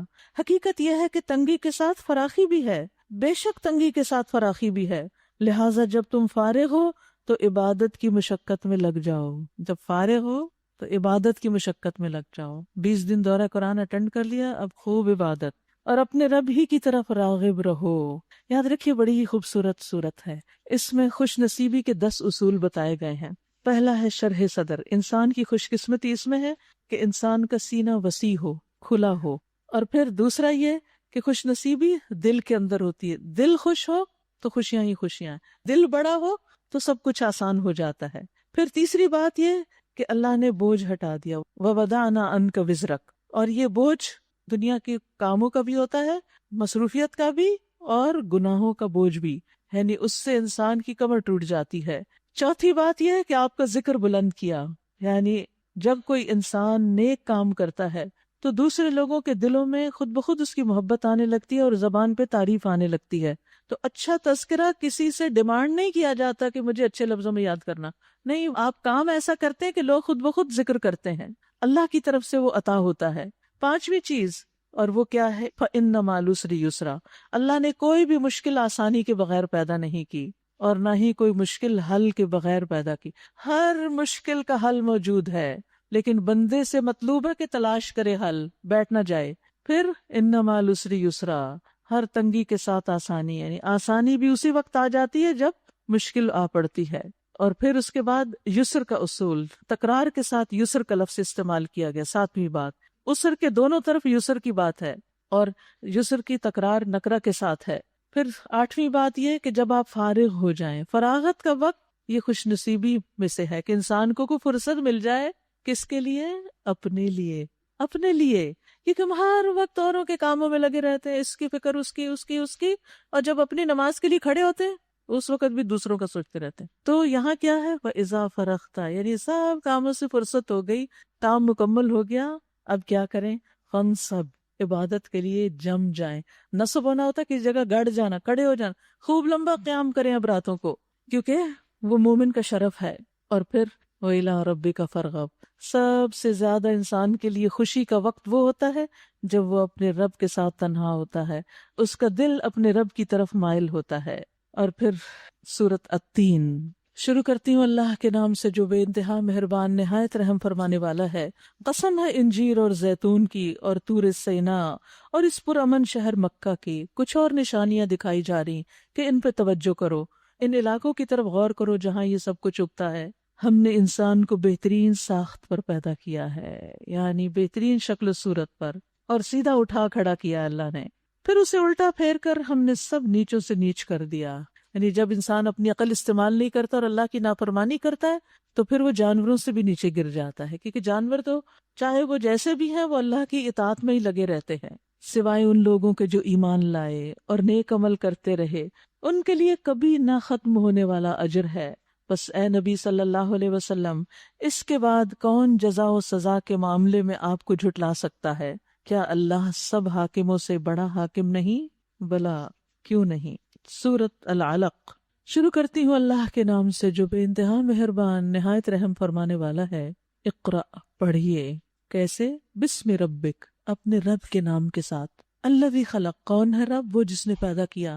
پہلی وحی، پہلا حکم پڑھنے کا حکم، لیکن صرف پڑھنے کا نہیں، ایسا پڑھنا جس میں اللہ کا نام بھی ہو، جس میں اللہ کی یاد بھی.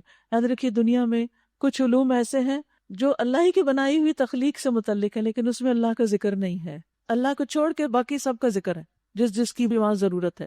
لیکن دین کیا سکھاتا ہے کہ مومن کا پڑھنا لکھنا اللہ کی یاد میں اضافہ کرتا ہے، اللہ کے نام کے ساتھ ہوتا ہے، کیونکہ اللہ ہی نے تو پیدا کیا، اسی نے تو سب کچھ بنایا.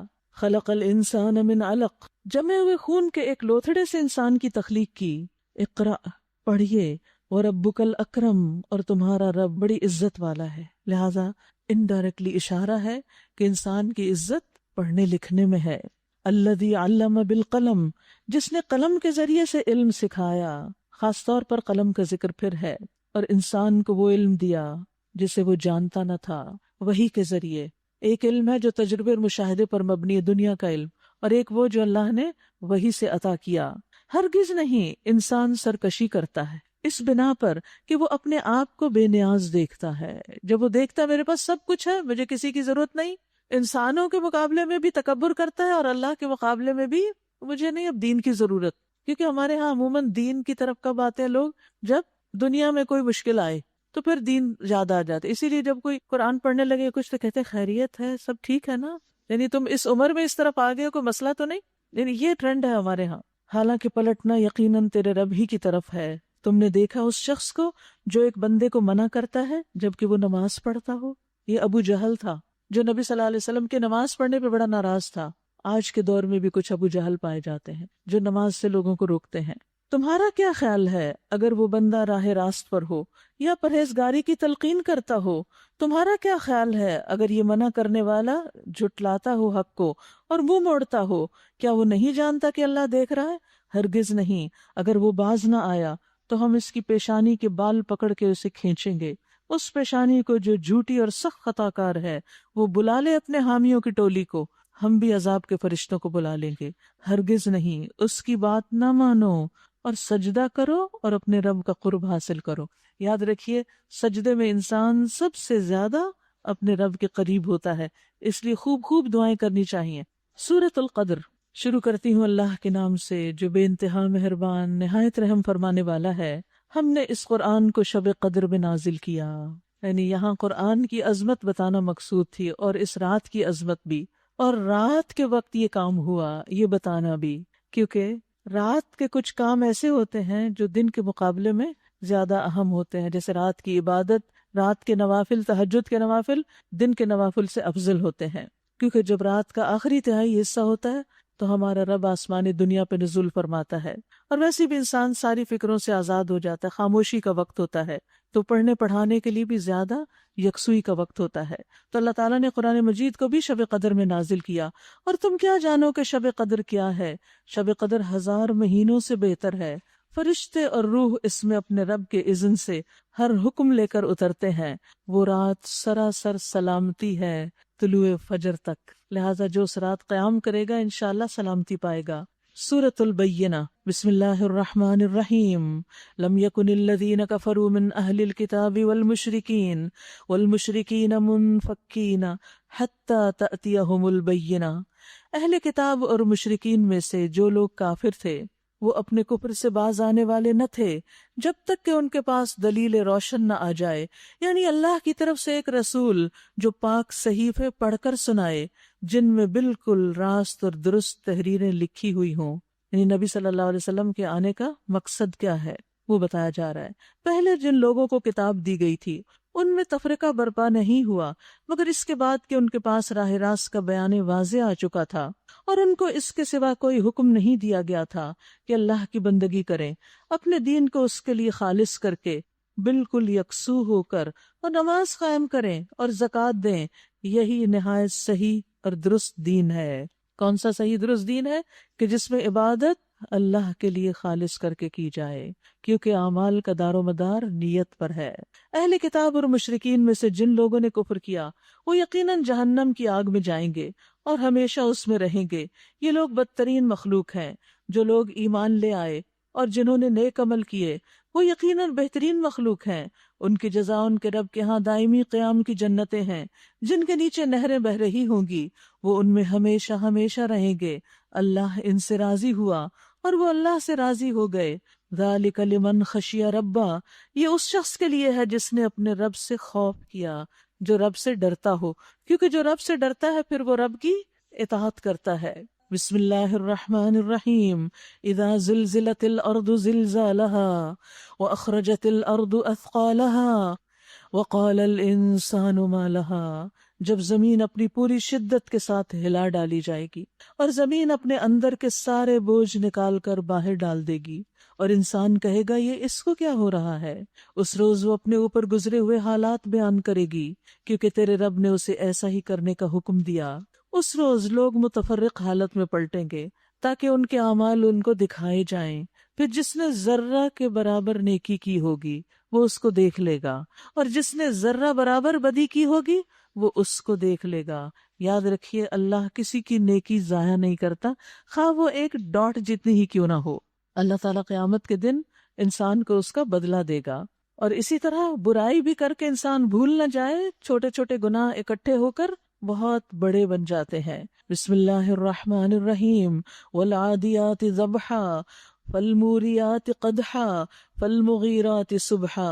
قسم ہے ان گھوڑوں کی جو پھنکارے مارتے ہوئے دوڑتے ہیں اپنے مالک کے حکم پر، اپنے مالک کو بچانے کے لیے، اس کی خدمت میں، پھر اپنی ٹاپوں سے چنگاریاں جھاڑتے ہیں، پرواہ نہیں کرتے کہ نرم زمین ہے یا سخت پتھر ہے، پتھروں پہ دوڑتے ہوئے ان کے ٹاپوں سے جب پتھر ٹکراتے ہیں تو آگ نکلتی ہے، پھر بھی نہیں رکتے، پھر بھی نہیں ڈرتے، دوڑتے چلے جاتے ہیں اپنے مالک کے اشارے پر، پھر صبح سویرے چھاپا مارتے ہیں، پھر اس موقع پر گرد و غبار اڑاتے ہیں، پھر اسی حالت میں کسی مجمع کے اندر جا گھستے ہیں۔ اتنی مشقت کرتے ہیں گھوڑے انسان کی خاطر۔ حقیقت یہ ہے کہ انسان اپنے رب کا بڑا ناشکرا ہے۔ اللہ اکبر۔ یعنی ہم اپنے رب کے لیے اتنا نہیں دوڑتے اور اپنی سواریاں اتنی نہیں دوڑاتے نیکی کے کام میں جتنے گھوڑے اپنے مالک کی وفاداری میں بھاگ دوڑ کرتے ہیں، اور وہ خود اس پر گواہ ہے۔ انسان کو خود بھی اندازہ ہے وہ کیسا ناشکرا ہے، اور وہ مال و دولت کی محبت میں بری طرح مبتلا ہے۔ کیا وہ اس وقت کو نہیں جانتا جب قبروں میں جو کچھ دفن ہے اسے نکال لیا جائے گا، اور سینوں میں جو کچھ چھپا ہوا ہے اسے برآمد کر کے اس کی جانچ پڑتال کی جائے گی۔ یاد رکھیے دل کے بھی اعمال ہوتے ہیں، دلوں کے خیالات اور دلوں کی خواہشات، یہ بھی قیامت کے دن نکال کر دیکھی جائیں گی کہ ان میں سے کیا ٹھیک ہے اور کیا نہیں، اور نیتوں پر بھی اجر دیا جائے گا۔ یقیناً ان کا رب اس روز ان سے خوب باخبر ہوگا۔ سورۃ القارعہ۔ بسم اللہ الرحمن الرحیم۔ القارعۃ ما القارعہ وما ادراک ما القارعہ۔ عظیم حادثہ، کیا ہے وہ عظیم حادثہ؟ تم کیا جانو کیا ہے وہ عظیم حادثہ؟ وہ دن جب لوگ بکھرے ہوئے پروانوں کی طرح اور پہاڑ رنگ برنگ کے دھنکے ہوئے اون کی طرح ہوں گے، یعنی وہ دن جب ہر چیز کا نقشہ بدل جائے گا، یہ زمین ایسی نہ رہے گی، آسمان ایسا نہیں دکھے گا، پھر جس کے پلڑے بھاری ہوں گے وہ دل پسند عیش میں ہوگا، وہاں تو بس نیکیاں دیکھی جائیں گی کہ کون کیا لے کر آیا ہے، کسی اور چیز کی کسی سے کوئی پوچھ گچھ نہیں ہوگی، اور جس کے پلڑے ہلکے ہوں گے اس کی جائے قرار گہری کھائی ہوگی، جہنم، اور تمہیں کیا خبر وہ کیا چیز ہے، بھڑکتی ہوئی آگ ہے۔ لہٰذا انسان کو فکر کرنی چاہیے اپنے نامہ اعمال کی کہ وہ کل کے لیے کیا اکٹھا کر رہا ہے۔ سورۃ التکاثر۔ بسم اللہ الرحمن الرحیم۔ الہاکم التکاثر حتی زرتم المقابر۔ تم لوگوں کو زیادہ سے زیادہ اور ایک دوسرے سے بڑھ کر دنیا حاصل کرنے کی دھن نے غفلت میں ڈال رکھا ہے، اس نے غفلت میں ڈال رکھا ہے۔ زیادہ دنیا حاصل کرنا اور ایک دوسرے کے مقابلے پہ زیادہ حاصل کرنا، اس دوڑ میں تم آخرت کو بھول گئے ہو، یہ ہے غفلت کی وجہ۔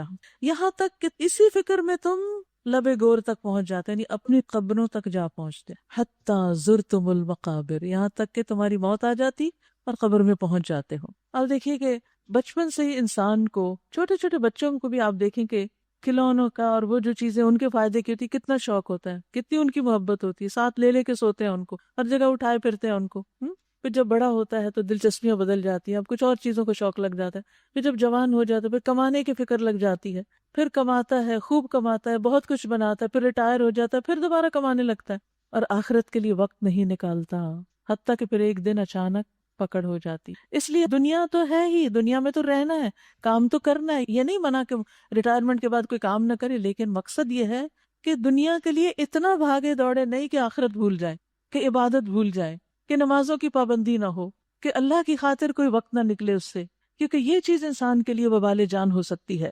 اس چیز پر یہاں ناراضگی کا اظہار کیا جا رہا ہے۔ نبی صلی اللہ علیہ وسلم ایک مرتبہ الہاکم التکاثر پڑھ رہے تھے اور آپ نے فرمایا، ابن آدم کہتا ہے میرا مال میرا مال۔ ابن آدم تیرا کیا مال ہے؟ تیرا مال تو وہی ہے جو تو نے کھا لیا، اور ختم کر دیا، اور جو تو نے پہن لیا اور پرانا کر دیا، اور جو تو نے صدقہ کر دیا اور آگے بھیج دیا۔ اب ہم کو سوچنا چاہیے کھانے اور کپڑے پہ بجٹ کا کتنا حصہ لگتا ہے، صدقہ کتنے % ہوتا ہے، آگے کیا بھیج رہے ہیں، یہاں کیا استعمال کر رہے ہیں۔ بس انسان کا مال اتنا ہی ہے۔ نبی صلی اللہ علیہ وسلم نے فرمایا میں تمہارے بارے میں فقر سے نہیں ڈرتا کہ تم غریب ہو جاؤ گے، مگر میں اس سے ڈرتا ہوں کہ تم دنیا میں ایک دوسرے کا مقابلہ کرنے لگو گے۔ اور دنیا کی دوڑ کا نقصان کیا ہوتا ہے؟ نبی صلی اللہ علیہ وسلم نے فرمایا جو دنیا میں ایک دوسرے سے آگے بڑھنے کی کوشش کرے وہ طاغوت یا شیطان کے راستے میں ہے۔ کلا سوف تعلمون، ہرگز نہیں، ان قریب تمہیں معلوم ہو جائے گا۔ پھر سن لو کہ ہرگز نہیں، ان قریب تمہیں معلوم ہو جائے گا، ہرگز نہیں۔ اگر تم یقینی علم کی حیثیت سے اس روش کے انجام کو جانتے ہوتے تو پھر تمہارا طرز عمل یہ نہ ہوتا، تم دوزخ دیکھ کر رہو گے، یعنی سب پل صراط کے اوپر سے گزریں گے نا، اور وہ جہنم کے اوپر لگی ہوئی ہے، تم بالکل یقین کے ساتھ اسے دیکھو گے۔ پھر ضرور اس روز تم سے ان نعمتوں کے بارے میں جواب طلبی کی جائے گی، سوال کیا جائے گا، یعنی نعمتوں کے شکر کے بارے میں پوچھا جائے گا کہ نعمت پا کر تم نے شکر کیسے کیا۔ شکر کے لیے نعمت کو پہچاننا، نعمت دینے والے کو پہچاننا، پا کر خوش ہونا، زبان سے اللہ کا ذکر کرنا اور اس نعمت کو دوسروں کے ساتھ شیئر کرنا۔ قیامت کے دن بندے کا پہلا حساب یہ ہوگا کہ اسے کہا جائے گا کہ میں نے تیرے جسم کو کیا تیرے لیے درست نہیں کیا، کیا میں نے تجھے ٹھنڈے پانی سے سیراب نہیں کیا۔ ٹھنڈے پانی کا حساب ہوگا۔ نعمت خواہ معمولی بھی ہوں ان پر بھی پوچھ ہوگی کہ تم نے ان کو پا کر پھر عبادت کے لیے کتنا وقت نکالا، اللہ کے لیے کیا کیا۔ سورۃ العصر، بسم اللہ الرحمن الرحیم، والعصر ان الانسان لفی خسر الا الذین آمنوا وعملوا الصالحات وتواصوا بالحق وتواصوا بالصبر۔ زمانے کی قسم، انسان در حقیقت بڑے خسارے میں ہے، سوائے ان لوگوں کے جو ایمان لائے اور نیک اعمال کرتے رہے اور ایک دوسرے کو حق کی نصیحت اور صبر کی تلقین کرتے رہے۔ بہت ہی غور طلب صورت ہے۔ امام شافعی کہتے ہیں کہ اگر لوگ اس صورت پر ہی غور کر لیں، اس پہ تدبر کر لیں تو یہی ان کے لیے کافی ہو جائے۔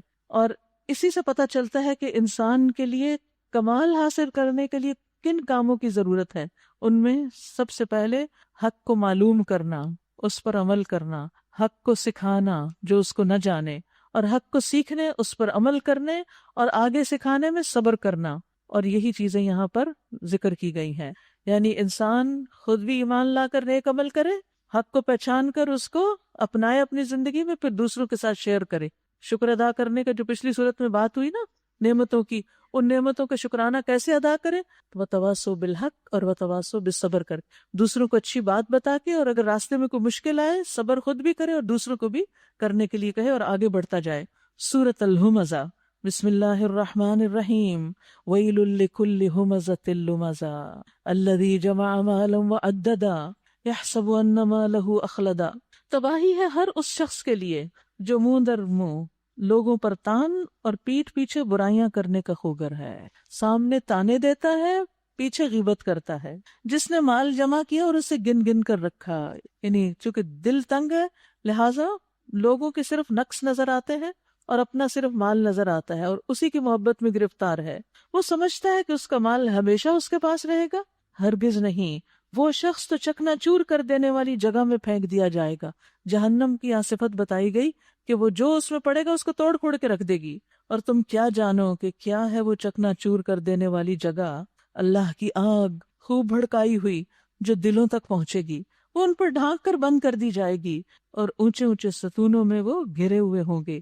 تو یاد رکھیے یہاں دو بدترین اخلاقی برائیوں کا ذکر ہے۔ ایک، لوگوں کو تانے دینا، ان کے عیب ان کو سنانا، ان کی کمزوریوں پر ان کو برا بھلا کہنا، ان کے منہ پر کھڑے ہو کر، کیونکہ جب کسی سے کہا جاتا ہے نا غیبت نہ کرو، کہتے نہیں میں تو اس کے منہ پہ بھی کہہ دوں گا۔ یہ کیا بات ہوئی؟ یعنی منہ پہ کہنے کا کیا ثواب ہے؟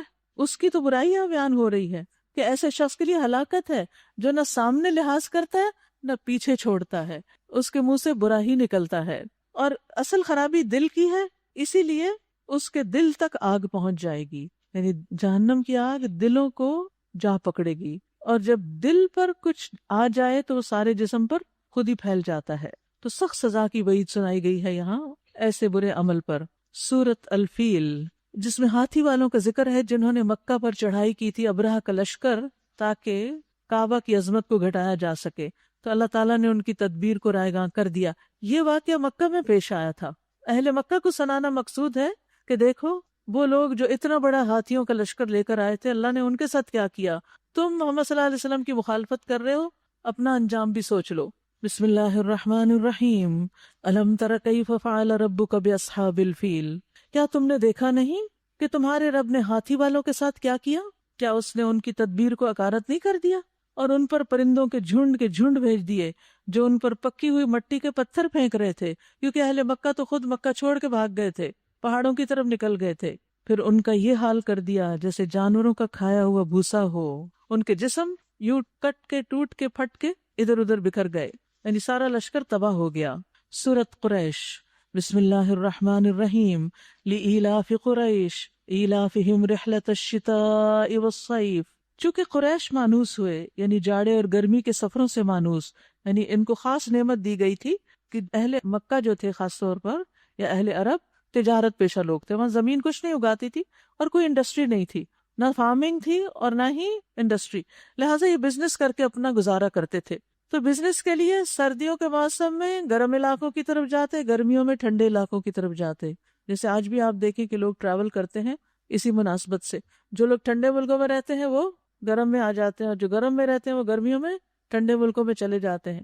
تو ان نعمتوں کا ذکر کیا گیا قریش کو کہ اللہ نے تمہارے لیے سفر کتنے آسان کر دیے ہیں، لہٰذا ان کو چاہیے کہ اس گھر کے رب کی عبادت کریں جس نے ان کو یہ نعمتیں دی ہیں، اس گھر کی وجہ سے، اس کی برکت سے سب کچھ تمہیں مل رہا ہے، تمہارا عزت ہے، احترام ہے، تمہارے سفر آسان ہے، جہاں اور قافلے لوٹ لیے جاتے ہیں مکہ والوں کو عزت دی جاتی ہے کہ یہ حرم کے پاسبان گزر رہے ہیں، تو تم ہی حرم کے رب کو بھول گئے ہو، اس کی عبادت کرو جس نے انہیں بھوک سے بچا کر کھانے کو دیا اور خوف سے بچا کر امن دیا۔ یاد رکھیے یہ دونوں چیزیں جہاں جمع ہو جائیں وہاں نعمتوں کی تکمیل ہو جاتی ہے، ایک امن اور دوسرے کھانا، یعنی نہ بھوک اور نہ خوف۔ اور ویسے بھی آپ دیکھیں کہ جہاں خوف ہوتا ہے عموماً وہاں بھوک بھی ساتھ ہو جاتی ہے۔ نبی صلی اللہ علیہ وسلم نے فرمایا، جس شخص نے اس حال میں صبح کی کہ اسے اپنے بارے میں امن ہو اور بدن کے لحاظ سے تندرست ہو، اس کے پاس اس دن کی روزی کا سامان ہو، گویا اس کے لیے ساری دنیا جمع کر دی گئی۔ اور عافیت سے بڑھ کر کوئی نعمت نہیں کہ انسان کے آس پاس ماحول بھی پرسکون پرامن اور اس کی صحت بھی اچھی۔ سورۃ الماعون، بسم اللہ الرحمن الرحیم، ارأیت الذی یکذب بالدین، تم نے دیکھا اس شخص کو جو آخرت کی جزا و سزا کو جھٹلاتا ہے؟ وہی تو ہے جو یتیم کو دھکے دیتا ہے اور مسکین کا کھانا دینے پر نہیں اکساتا۔ یاد رکھیے ہر جگہ اکسانے کی بات ہے، یہ دوسروں کو بھی موٹیویٹ کرے کہ تم بھی کرو۔ پھر تباہی ہے ان نماز پڑھنے والوں کے لیے، نماز پڑھنے والوں کے لیے تباہی، جی ہاں، جو اپنی نماز سے غفلت برتتے ہیں۔ اس کا کیا معنی ہے؟ اس کا معنی ہے جو نماز کے اوقات کی پابندی نہیں کرتے، یا تو بالکل ہی ادا نہیں کرتے، کبھی کی کبھی نہیں، کیونکہ کچھ پڑھنا کچھ نہ پڑھنا پڑے ہوئے کو بھی ضائع کر دیتا ہے، اور یا یہ کہ اوقات کا دھیان نہیں رکھتے، بس آخری وقت میں 2-4 ٹکرے مار لیتے ہیں، فضول کاموں میں مشغول ہو کر نماز کے وقت کو ضائع کر دیتے ہیں، اور پھر نماز پڑھ کے بھی ایسے ہیں جیسے نہ پڑھی ہو، یا پھر یہ کہ نماز میں سجدے اور رکوع پورے نہیں ادا کرتے، نماز کے چور ہیں۔ تو ایسے لوگوں کے لیے ہلاکت کی خوشخبری دی گئی ہے۔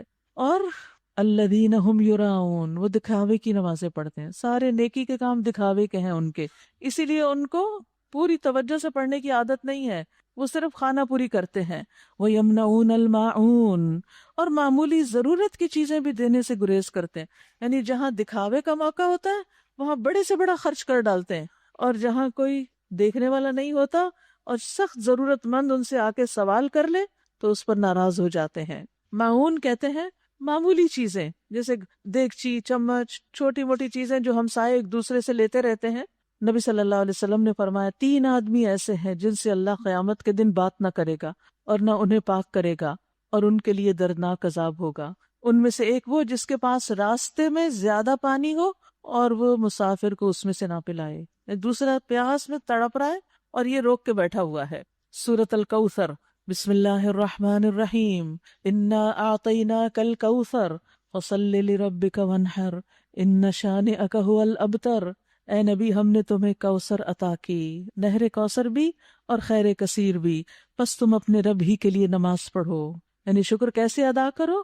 نماز پڑھ کر، اور قربانی کرو، تمہارا دشمن ہی جڑ کٹا ہے۔ تو یاد رکھیے نبی صلی اللہ علیہ وسلم کی خاص خصوصیت ہے شرف ہے آپ کا کہ آپ کو اللہ تعالیٰ نے حوض کوثر عطا کیا، اور اس کی خوشخبری سن کر آپ خوش ہو گئے تھے۔ یہ وہ حوض ہے جس پر آپ کی امت کے لوگ قیامت کے دن پانی پینے کے لیے آئیں گے۔ آپ نے فرمایا مجھے کوثر عطا کی گئی، وہ ایک نہر ہے جو زمین کی سطح پر بہتی ہے، یعنی کنواں نہیں ہے بلکہ نہر کی شکل میں ہے۔ ایک اور روایت میں آتا ہے میں نے اپنا ہاتھ اس کی مٹی میں ڈال کر دیکھا تو وہ خالص کستوری تھی، خوشبودار تھی، اس کی کنکریاں موتی تھے۔ آپ نے فرمایا میرے حوض میں 2 پرنالے ہیں جو جنت سے پھوٹتے ہیں، ایک چاندی کا اور ایک سونے کا، جس سے جنت کا پانی اس حوض میں آتا ہے۔ آپ نے فرمایا حوض کوثر پر سونے اور چاندی کے پیالے ہوں گے، یعنی کپس جس میں آپ اپنی امت کو پلائیں گے۔ رسول اللہ صلی اللہ علیہ وسلم نے فرمایا میرا حوض عدن اور عمان کے درمیانی فاصلے جتنا بہت بڑا ہوگا۔ حوض کا پانی برف سے زیادہ ٹھنڈا، شہد سے زیادہ میٹھا، مسک سے زیادہ خوشبودار، اور اس کے کپس آسمان کے ستاروں کے برابر کثرت سے۔ اور جو حوض کوثر سے محروم رہ گئے پھر وہ ہر خیر سے محروم ہی رہیں گے۔ اور وہ کون ہوں گے؟ جنہوں نے دین میں نئی نئی بدعات ایجاد کر لی ہیں، ان کو روک دیا جائے گا، آپ کے پاس نہیں آنے دیا جائے گا۔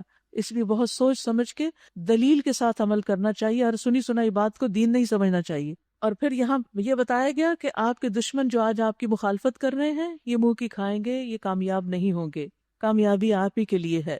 سورۃ الکافرون، قل یا ایھا الکافرون، یہ سورت جو ہے یہ شرک سے بری کرنے والی سورت ہے، 1/4 قرآن کے برابر ہے۔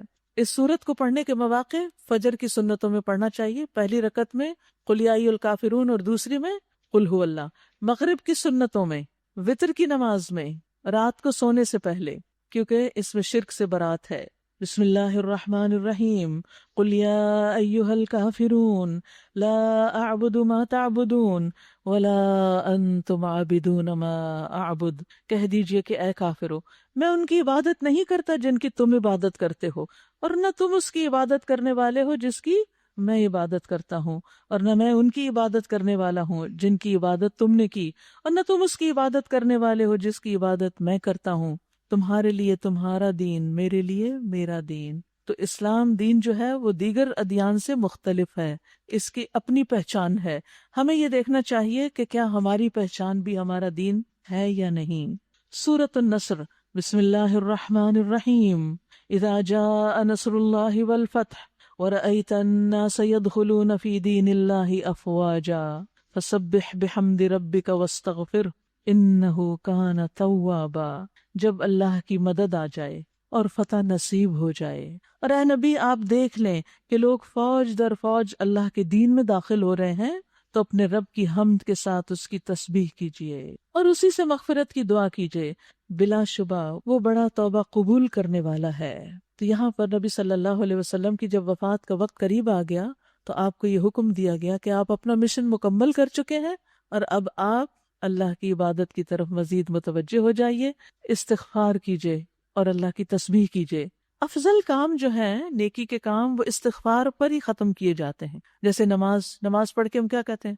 اللہ اکبر، استغفر اللہ، استغفر اللہ، استغفر۔ حج میں بھی ہم کیا کرتے ہیں؟ استغفار کرتے ہیں، اور اسی طرح دیگر اعمال میں بھی۔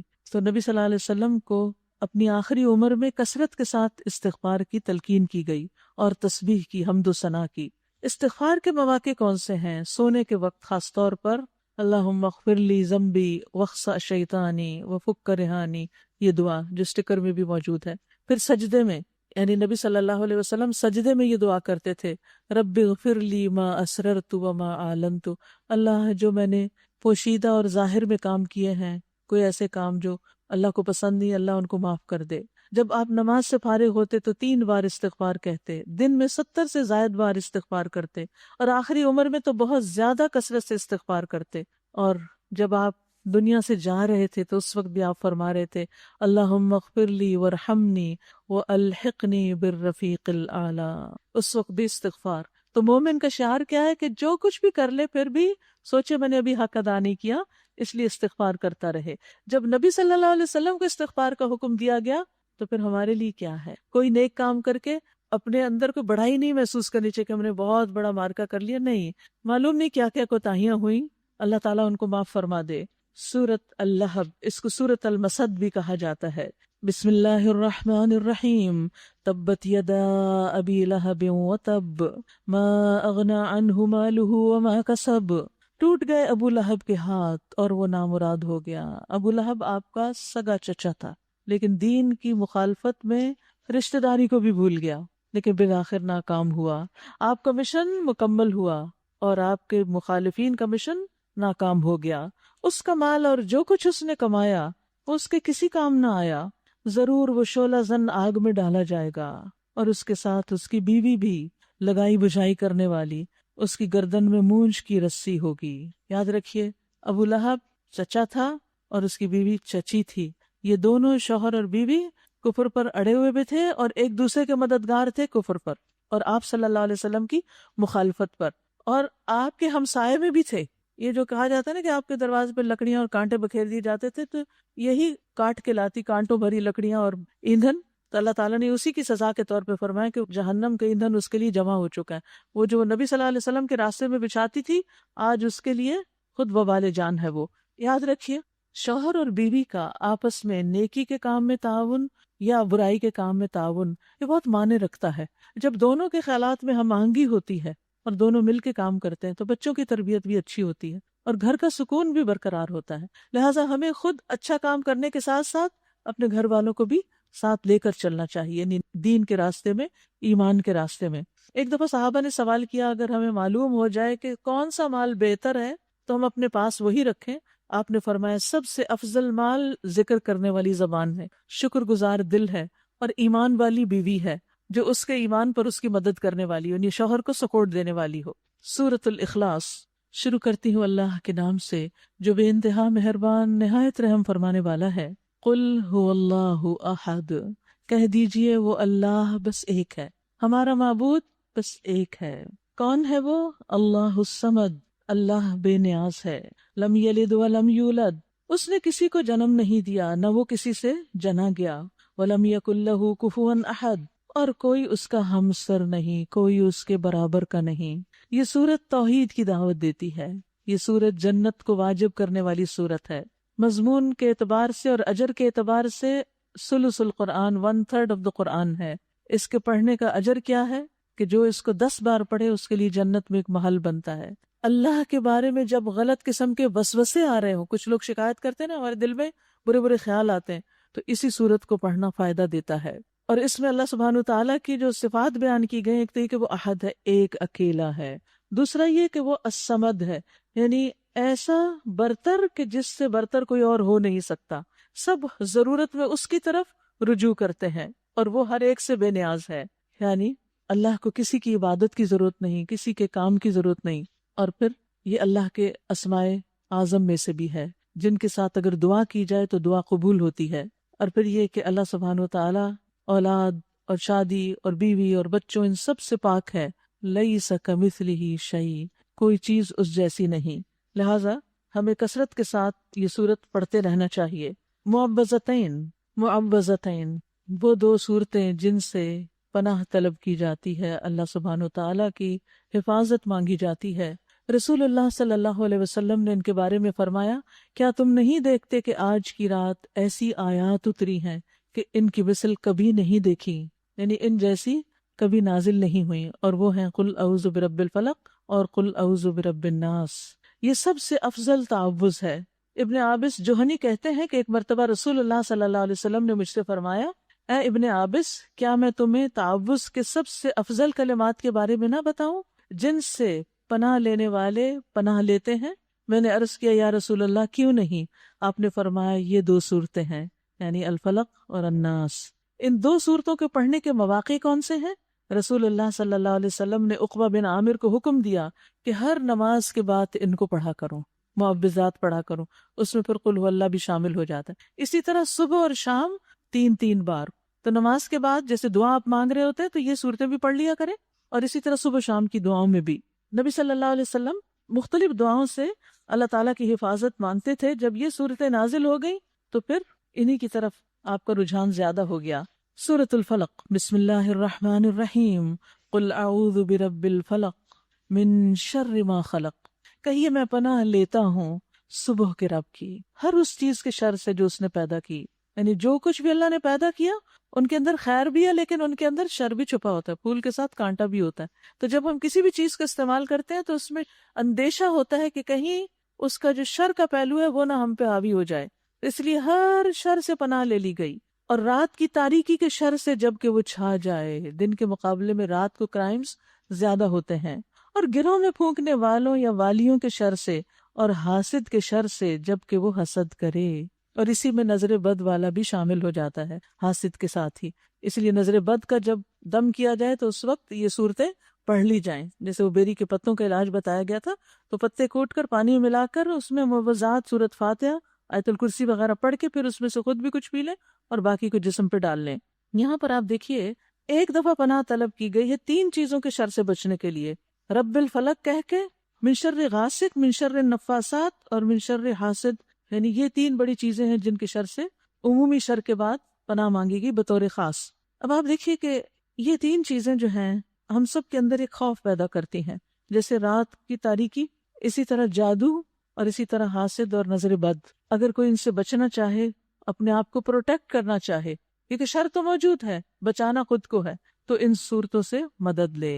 اور حاسد جب حسد کرے تو آپ اس کو روک نہیں سکتے کہ وہ حسد نہ کرے، لیکن آپ اپنے آپ کو پروٹیکٹ کر سکتے ہیں یہ سورت پڑھ کے. سورت الناس. بسم اللہ الرحمن الرحیم. قل اعوذ برب الناس ملک الناس الہ الناس من شر الوسواس الخناس الذی یوسوس فی صدور الناس من الجنۃ والناس. کہو میں پناہ مانگتا ہوں انسانوں کے رب، انسانوں کے بادشاہ، انسانوں کے حقیقی معبود کی اس وسوسہ ڈالنے والے کے شر سے جو بار بار پلٹ کر آتا ہے. کون ہے وہ؟ شیطان، ابلیس. وہاں آپ دیکھیے ایک دفعہ رب کو پکارا اور 3 چیزوں کے شر سے بچنے کی دعا کی. یہاں 3 دفعہ رب کو پکارا، رب الناس، ملک الناس، الہ الناس، اور ایک ہی شر سے بچنے کی دعا کی، اور وہ ہے شیطان کا شر. اور یہ شر سب سے بڑا شر ہے، ہر شر کی جڑ ہے، اور اس کے مقابلے کے لیے قوت بھی زیادہ چاہیے، اللہ کی مدد بھی زیادہ چاہیے، اللہ سے دعا بھی زیادہ چاہیے. کیسا ہے یہ دشمن؟ جو لوگوں کے دلوں میں وسوسے ڈالتا ہے، خواہ وہ جنوں میں سے ہو یا انسانوں میں سے. یعنی شیاطین جنات میں سے بھی ہوتے ہیں اور انسانوں میں سے بھی ہوتے ہیں. اس لیے خطرے سے بچنے کے لیے اللہ تعالیٰ کے ان 3 ناموں کے ساتھ دعا کرنی چاہیے. ٹھیک ہے؟ یا رب، یا مالک، یا الہ، یا الہی، یہ اردو میں بھی کہہ سکتے ہیں، یا پھر عربی میں اصل ہی دعا کیجئے، یہ سورت پڑھیے. تو اس لیے انشاءاللہ اللہ سبحانہ وتعالیٰ آپ کو محفوظ رکھے گا. یاد رکھیے کہ انسان کے سینے میں جو وسوسہ ہوتا ہے یہ کیوں ڈالتا ہے شیطان؟ سب سے پہلے ایمان خراب کرنے کے لیے، اللہ سے بدگمان اور بدظن کرنے کے لیے.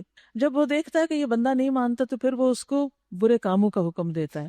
جب وہ دیکھتا ہے کہ بندہ وہ ان کاموں میں جاتا ہی نہیں، نہ زنا، نہ شراب، نہ کوئی حرام کام، تو پھر وہ نیکی سے اس کو روکنے لگتا ہے. یہ کم از کم برے کام نہیں کرتا، نیکی کی طرف نہ جائے، نیکی کے راستے اس کے لیے مشکل بنا دیتا ہے. اچھا، پھر کبھی یہ ہوتا ہے کہ وہ دیکھتا ہے یہ تو باز ہی نہیں آنے والا ہے، تو جاتا ہی جاتا ہے نیکی کے کاموں کے لیے، نکلتا ہی نکلتا ہے، تو پھر اس کے اندر ریاکاری ڈالنے لگتا ہے، دکھاوا، نیکی کر کے برباد کرواتا ہے. اور اگر انسان ریاکاری سے بچ جائے تو اپنے ہی دل میں خود پسندی ڈال دیتے تھے، میں کتنا نیک ہو گیا ہوں، پورا قرآن پڑھا ہے میں نے، اور اس کے عمل کو اس کے لیے بڑھا کے دکھاتا ہے، اور پھر اسی میں سے دلوں میں حسد، کینے اور غصے کی آگ بھڑکاتا ہے. یعنی اگر انسان اس سے بھی بچ گیا کہ اپنے آپ کو بھی نہیں کچھ سمجھتا، تو لو سیلف اسٹیم کی طرف چلا جاتا ہے، یا پھر یہ کہ اگر کوئی اس سے ذرا بھی آگے ہو اس کے بارے میں برا سوچنے لگتا ہے. کسی طرح چھوڑتا نہیں یہ ظالم دشمن. اس لیے سب سے زیادہ قوت کے ساتھ اس سے بچنے کی دعا سکھائی گئی، اور وہ بھی قرآن کے اختتام پر، تاکہ اگر انسان اس قرآن پر عمل کرنا چاہتا ہے، اس کے ساتھ تعلق قائم کرنا چاہتا ہے، تو پھر اس دشمن سے بچ کے رہے، کیونکہ یہ خون کے اندر گردش کر رہا ہوتا ہے. لیکن یہ یاد رکھیے اس کی چال محض وسوسے تک ہے، اور جب انسان اللہ سے پروٹیکشن لیتا ہے تو پھر یہ اندر نہیں داخل ہو سکتا، ہمارے دل کو نہیں پکڑ سکتا. صدور کی بات کی گئی ہے، صدر ہوتا ہے یہ سینہ، چیسٹ، اور دل اس کے اندر محفوظ ہے. بس وہ باہر سے لگا رہتا ہے کہ آپ کے اندر گھسے کسی طرح، لیکن آپ کا دل اللہ کی یاد میں ہوتا ہے، اللہ کا ذکر کرتے ہیں، اندر نہیں آ سکتا. رسول اللہ صلی اللہ علیہ وسلم نے فرمایا مومن اپنے شیطان کو اس طرح تھکا دیتا ہے جس طرح تم میں سے ایک آدمی سفر میں اپنے اونٹ کو تھکا دیتا ہے. یعنی مومن شیطان کی ایک نہیں چلنے دیتا، ایک نہیں بننے دیتا اس کی. اور پھر یہ بھی یاد رکھیے کہ بعض اوقات شیطان نہیں، انسان کا اپنا ہی نفس، جیسے رمضان میں شیطان تو بنا ہوا اپنا نفس، یا پھر من الجنت والناس، کچھ انسان اس کے آس پاس ہوتے ہیں جو اس کو بہکاتے رہتے ہیں اور نیکی کی طرف آنے نہیں دیتے. لہٰذا اللہ تعالیٰ سے دعا کرنی چاہیے کہ اللہ تعالیٰ ہمیں اس سے محفوظ رکھے.